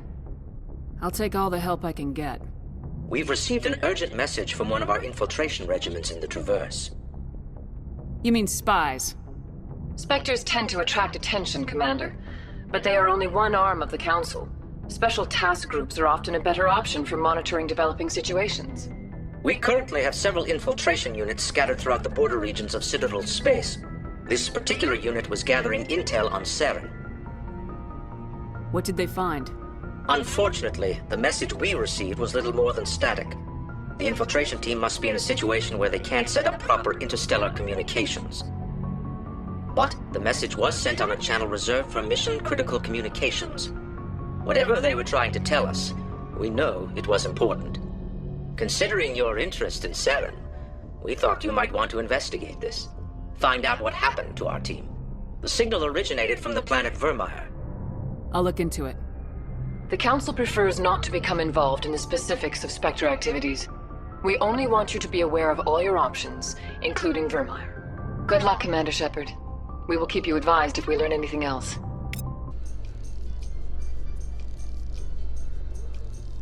Saren was one of the most respected Turians in the galaxy, Garrus. You gonna be okay going up against him? Saren is either a traitor or a madman. Taking him down will restore the good name of Turians everywhere. Just keep saying that, especially to humans. We've got a lot of angry people right now. 10 hut! At ease. Rear Admiral Mihailovic, 5th Fleet. We weren't told to expect you, sir. I would have prepared a formal greeting. Spare me the pleasantries. I command the 63rd Scout Flotilla. You and the Normandy were slated for my unit after shakedown. Then the Council got their paws, claws, tentacles, whatever. They got them on our ship, and you. I still serve the Alliance, sir. As a Spectre, I can advance our interests to the Council. You still know what color your blood is, Shepard? I don't begrudge the politician's decision to throw you to the Council. It's an opportunity. I do begrudge this over-designed piece of tin, though. The Normandy is a fine ship, sir. She's served us well so far. It's a gimmick, Commander. Useless in a stand-up fight. This experiment diverted billions from our appropriations bills. For the same price, we could have had a heavy cruiser. But no, we had to make nice to the Turians, throw money at a co-developed boondoggle. I'm here to make an inspection, Commander. Normandy is an Alliance warship. I intend to see she's up to snuff. We'd be honored to show her to you, Admiral. I'll just bet. Wait here. I won't be long. Commander, I'm not happy. I'm sorry to hear that, sir. Who designed that CIC? Putting the commander aft of everyone else is inefficient. What if he needs to discuss with the operators toward the bow? Modified Turian style. They prefer commanders looking over their subordinates rather than in the middle of them. We wanted to see how effectively they can command with that setup. Reasonable goal, but they should have studied that in a lab rather than on a frontline warship. I had to shake my head at that drive core of yours. 120 billion credits of element 0 to make this thing able to move without giving itself away. You realize we could make drive cores for 12,000 fighters with that money? What good is it to hide for a few hours anyway? Useless. We can loiter in an enemy system and monitor traffic or drop infiltration teams on enemy worlds. Normandy could be more effective than the Solarian STG. Maybe. But that's not the job of a proper warship. We're supposed to find and kill the enemy fleet, not count how many times their garrison goes to the bathroom. And we need to talk about your crew, Commander. Krogan? Asari? Turians? What are you thinking, Commander? You can't allow alien nationals free access to Alliance equipment? Between Saren and the Geth, we have enough enemies out here. Treating other species with suspicion and distrust won't win hearts and minds. That assumes the hearts and minds are worth winning. That hasn't been proven yet. You have anything else to say, Commander? Any other justifications for the state of this vessel? I think Normandy is a good ship, sir. Even if you disagree, you have to see that her joint construction and multiracial crew make the Alliance look better. Your job is to look good, Commander. The Alliance navies is to win wars. I'm not convinced Normandy isn't a waste of taxpayer money, but I am convinced that you believe otherwise, and that you'll use it to its best ability. I'll be submitting a report to the Joint Military Council. It will not be as negative as I'd planned. Good hunting, Commander Shepard. Make us proud. See how it is? You write letters and everyone ignores you. Force is the only thing people appreciate. So how about if I kill Chairman Burns and finish this charade? Please, I was trying to help you people. Let's not do anything we're all gonna regret. Why not? What have we got to lose? Since the chairman here decided that we didn't get reparations, we've got nothing left to live for. But I've changed my mind. Seeing you all, it's clear that you all deserve... You had your chance. Some L2s are nearly crippled from side effects of the implants, but you voted against reparations. Think about this. Burns is the one man who can help you. Yes, if you release me, I can take another look at the reparations request. What? We're supposed to trust you? I'm an L2 like you. Trust me. The commander can make sure that Burns follows through. Sure, you promise us freedom and say everything will be fine, but as soon as we surrender, you'll double-cross us. I'm not promising to let you go. All I'm saying is that Burns will take another look. Right, Burns? Absolutely. I had no idea that the L2 biotics were this desperate. If I'd known, the reparations will come. For whatever it's worth, I promise that.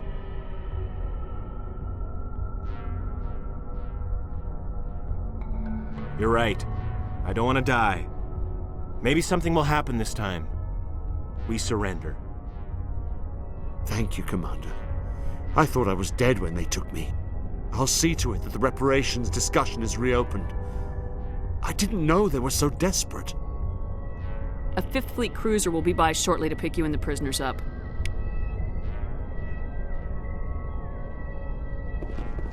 Thank you, Commander. I thought I was dead when they took me. Commander, I'm reading a signal. Must be our Solarian infiltration team. Commander, I'm reading a signal. Must be our Solarian infiltration team.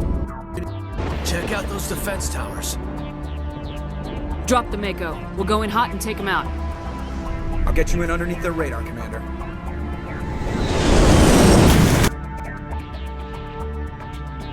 Commander.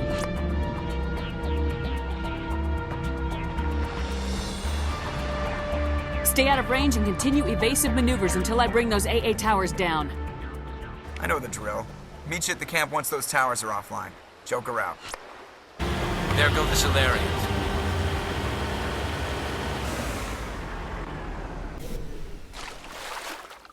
So what are we supposed to do now? Stay put until we can come up with a plan. Are you in charge here? What's the situation? I'm Captain Kirahi, 3rd Infiltration Regiment STG.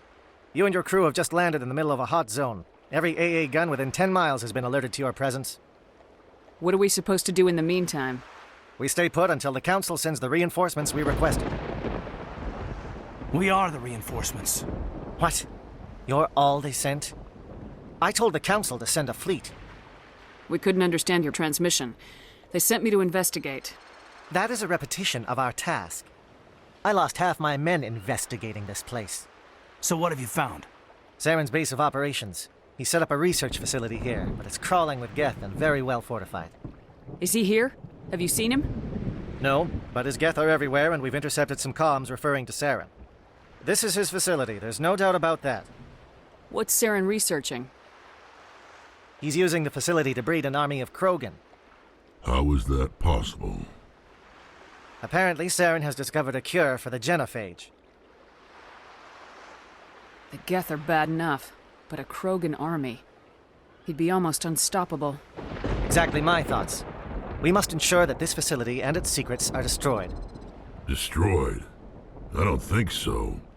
Our people are dying. This cure can save them. If that cure leaves this planet, the Krogan will become unstoppable. We can't make the same mistake again. We are not a mistake. Is he going to be a problem? We already have enough angry Krogan to deal with. He'll be fine. I'll talk to him. I'd appreciate that, Commander. My men and I need to rethink our plan of attack. Can you give us some time? Go ahead, Captain. I'll come back soon. We won't be long, Commander. In the meantime, if you need any supplies, you can talk to Commander Rentola. He's in one of the tents nearby. Looks like things are a bit of a mess. Yeah. I wouldn't be so worried if it wasn't for Rex. He looks like he's gonna blow a gasket. You think I should go talk to him? It wouldn't hurt. Well, it might, actually. Just do it carefully. I'll be careful. But be ready, just in case. I'm always ready.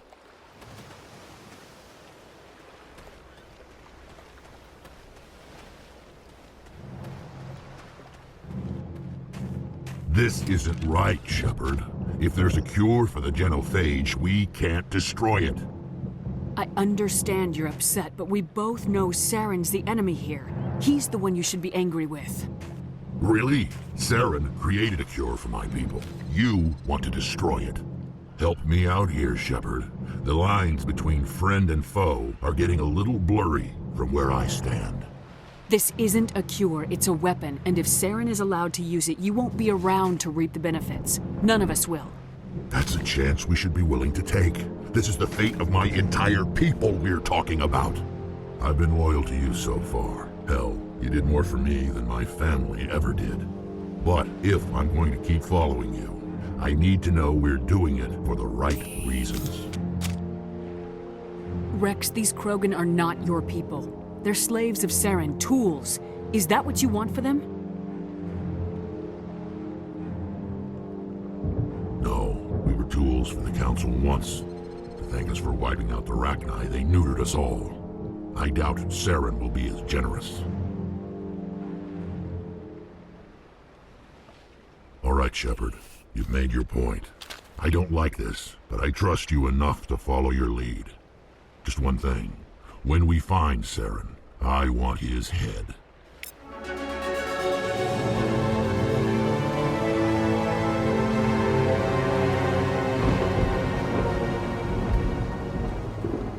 Nice work with Rex.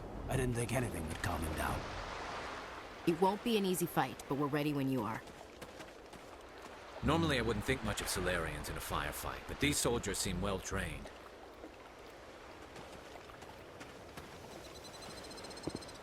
Thank you for speaking with the Krogan.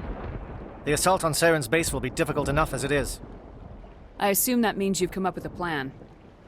Of sorts. We can convert our ship's drive system into a 20-kiloton ordnance. Crude, but effective. Nice. Drop that nuke from orbit, and Saren can kiss his Turian ass goodbye. Unfortunately, the facility is too well fortified for that. We'll need to place the bomb at a precise location.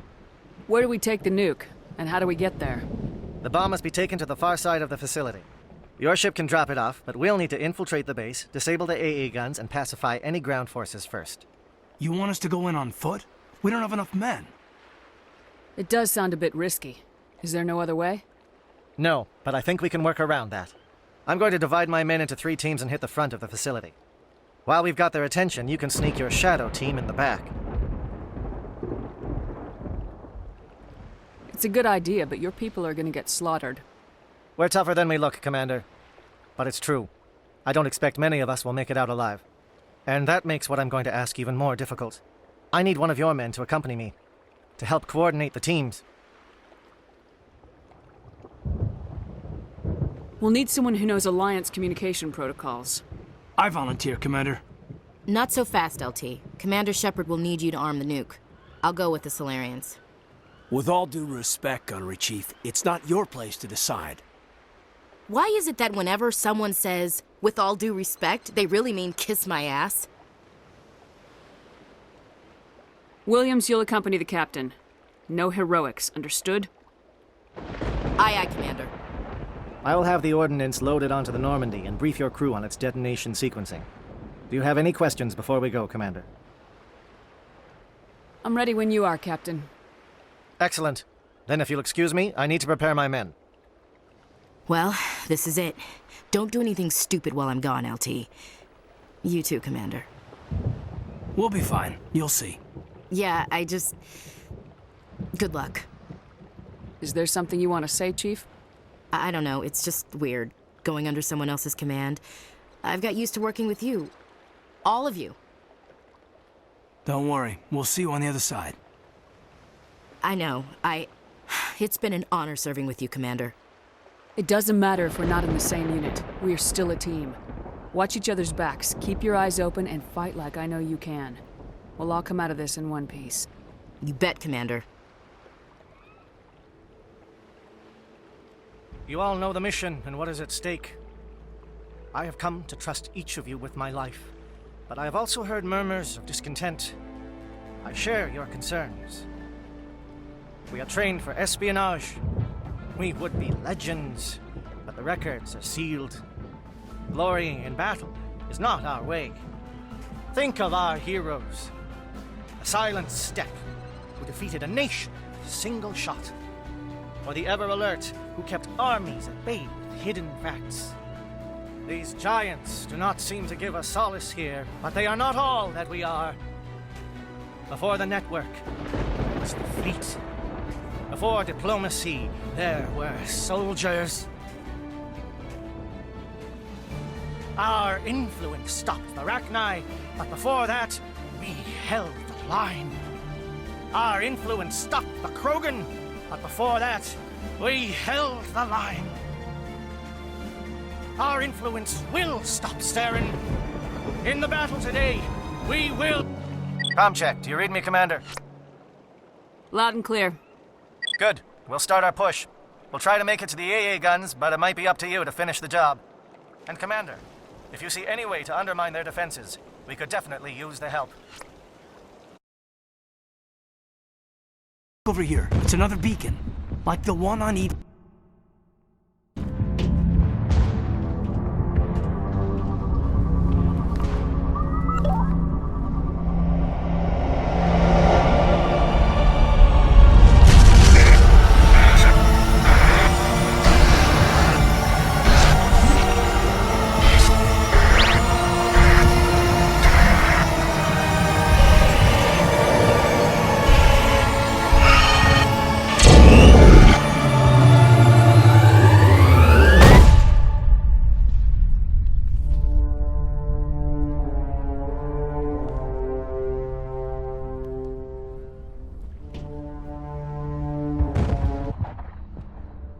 I get the feeling something bad is about to happen.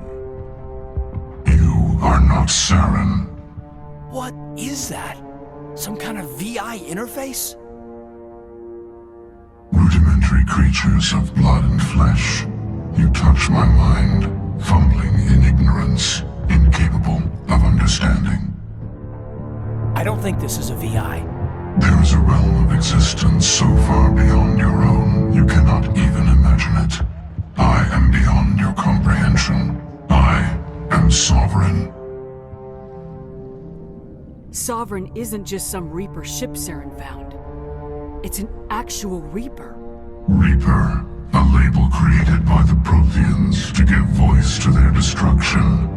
In the end, what they chose to call us is irrelevant. We simply are. The Protheans vanished 50,000 years ago. You couldn't have been there. It's impossible.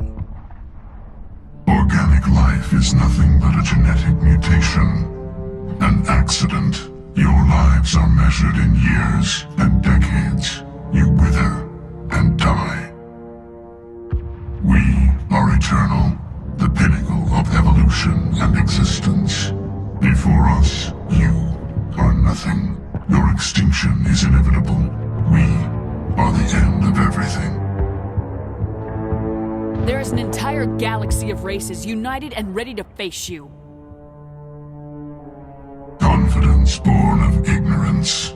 The cycle cannot be broken. Cycle? What cycle? The pattern has repeated itself more times than you can fathom. Organic civilizations rise, evolve, advance, and at the apex of their glory, they are extinguished. The Protheans were not the first. They did not create the Citadel. They did not forge the mass relays. They merely found them. The legacy.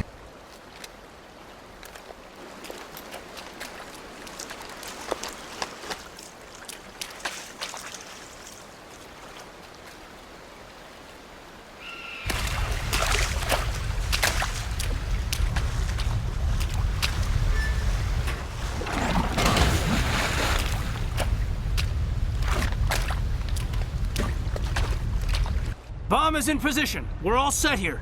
Commander, can you read me? The nuke is almost ready. Get to the rendezvous point, Williams. Negative, Commander. The Geth have us pinned down on the AA tower. We've taken heavy casualties. We'll never make the rendezvous point in time. Get them out of there, Joker, now! Negative! It's too hot! Can't risk it! We'll hold them off as long as we... It's okay, Commander. I need a couple of minutes to finish arming the bomb. Go get them and meet me back here.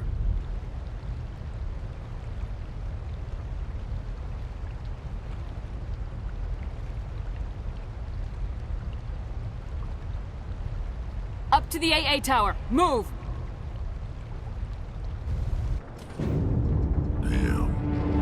Geth are sending in reinforcements. Heads up, LT. We just spotted a pursuit ship headed to your location. It's already here. There's Geth pouring out all over the bomb site.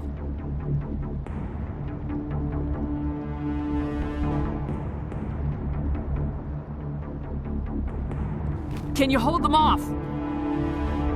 There's too many. I don't think we can survive until you get here. I'm activating the bomb. Alenko, what are you doing? I'm just making sure this bomb goes off, no matter what. It's done, Commander. Go get Williams and get the hell out of here.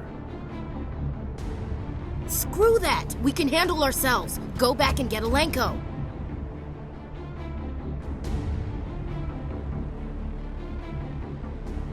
Alenko, radio Joker and tell him to meet us at the bomb site. Yes, Commander. You know it's the right choice, LT. I'm sorry, Ash. I had to make a choice. I understand, Commander. I don't regret a thing. Commander, set that nuke! Get out! Can't hold them! Damn it! Suppressing fire! Cover your flank! Cover your...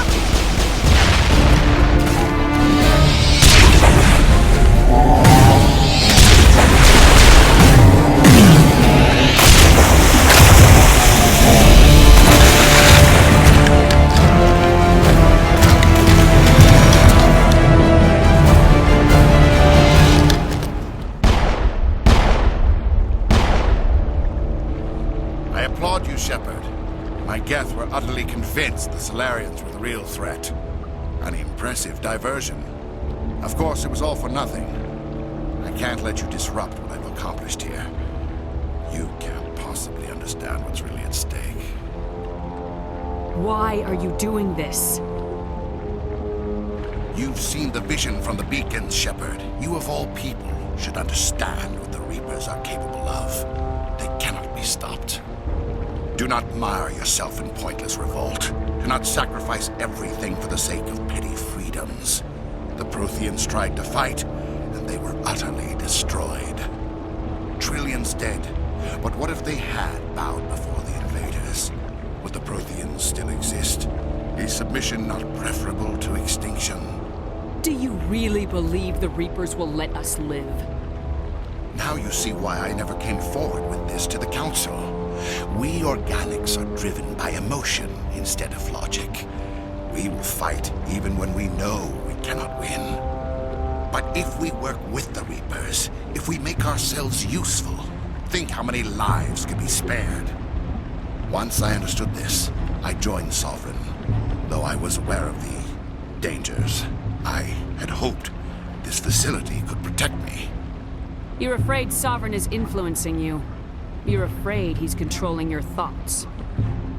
I've studied the effects of indoctrination. The more control Sovereign exerts, the less capable the subject becomes. That is my saving grace. Sovereign needs me to find the conduit. My mind is still my own, for now. But the transformation from ally to servant can be subtle. I will not let it happen to me.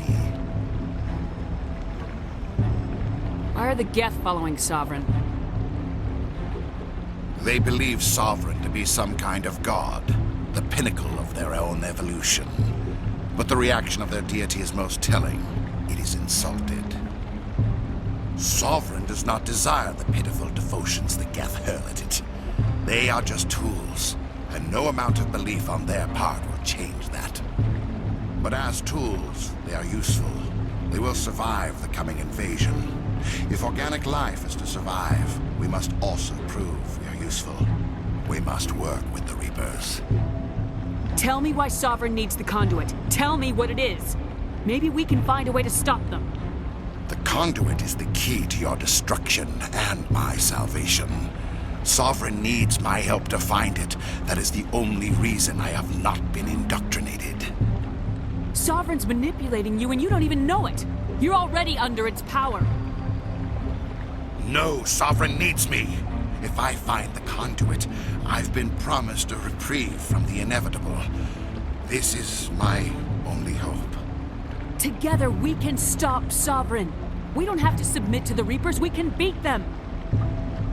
I no longer believe that, Shepard. The visions cannot be denied. The Reapers are too powerful. The only hope of survival is to join with them. Sovereign is a machine. It thinks like a machine.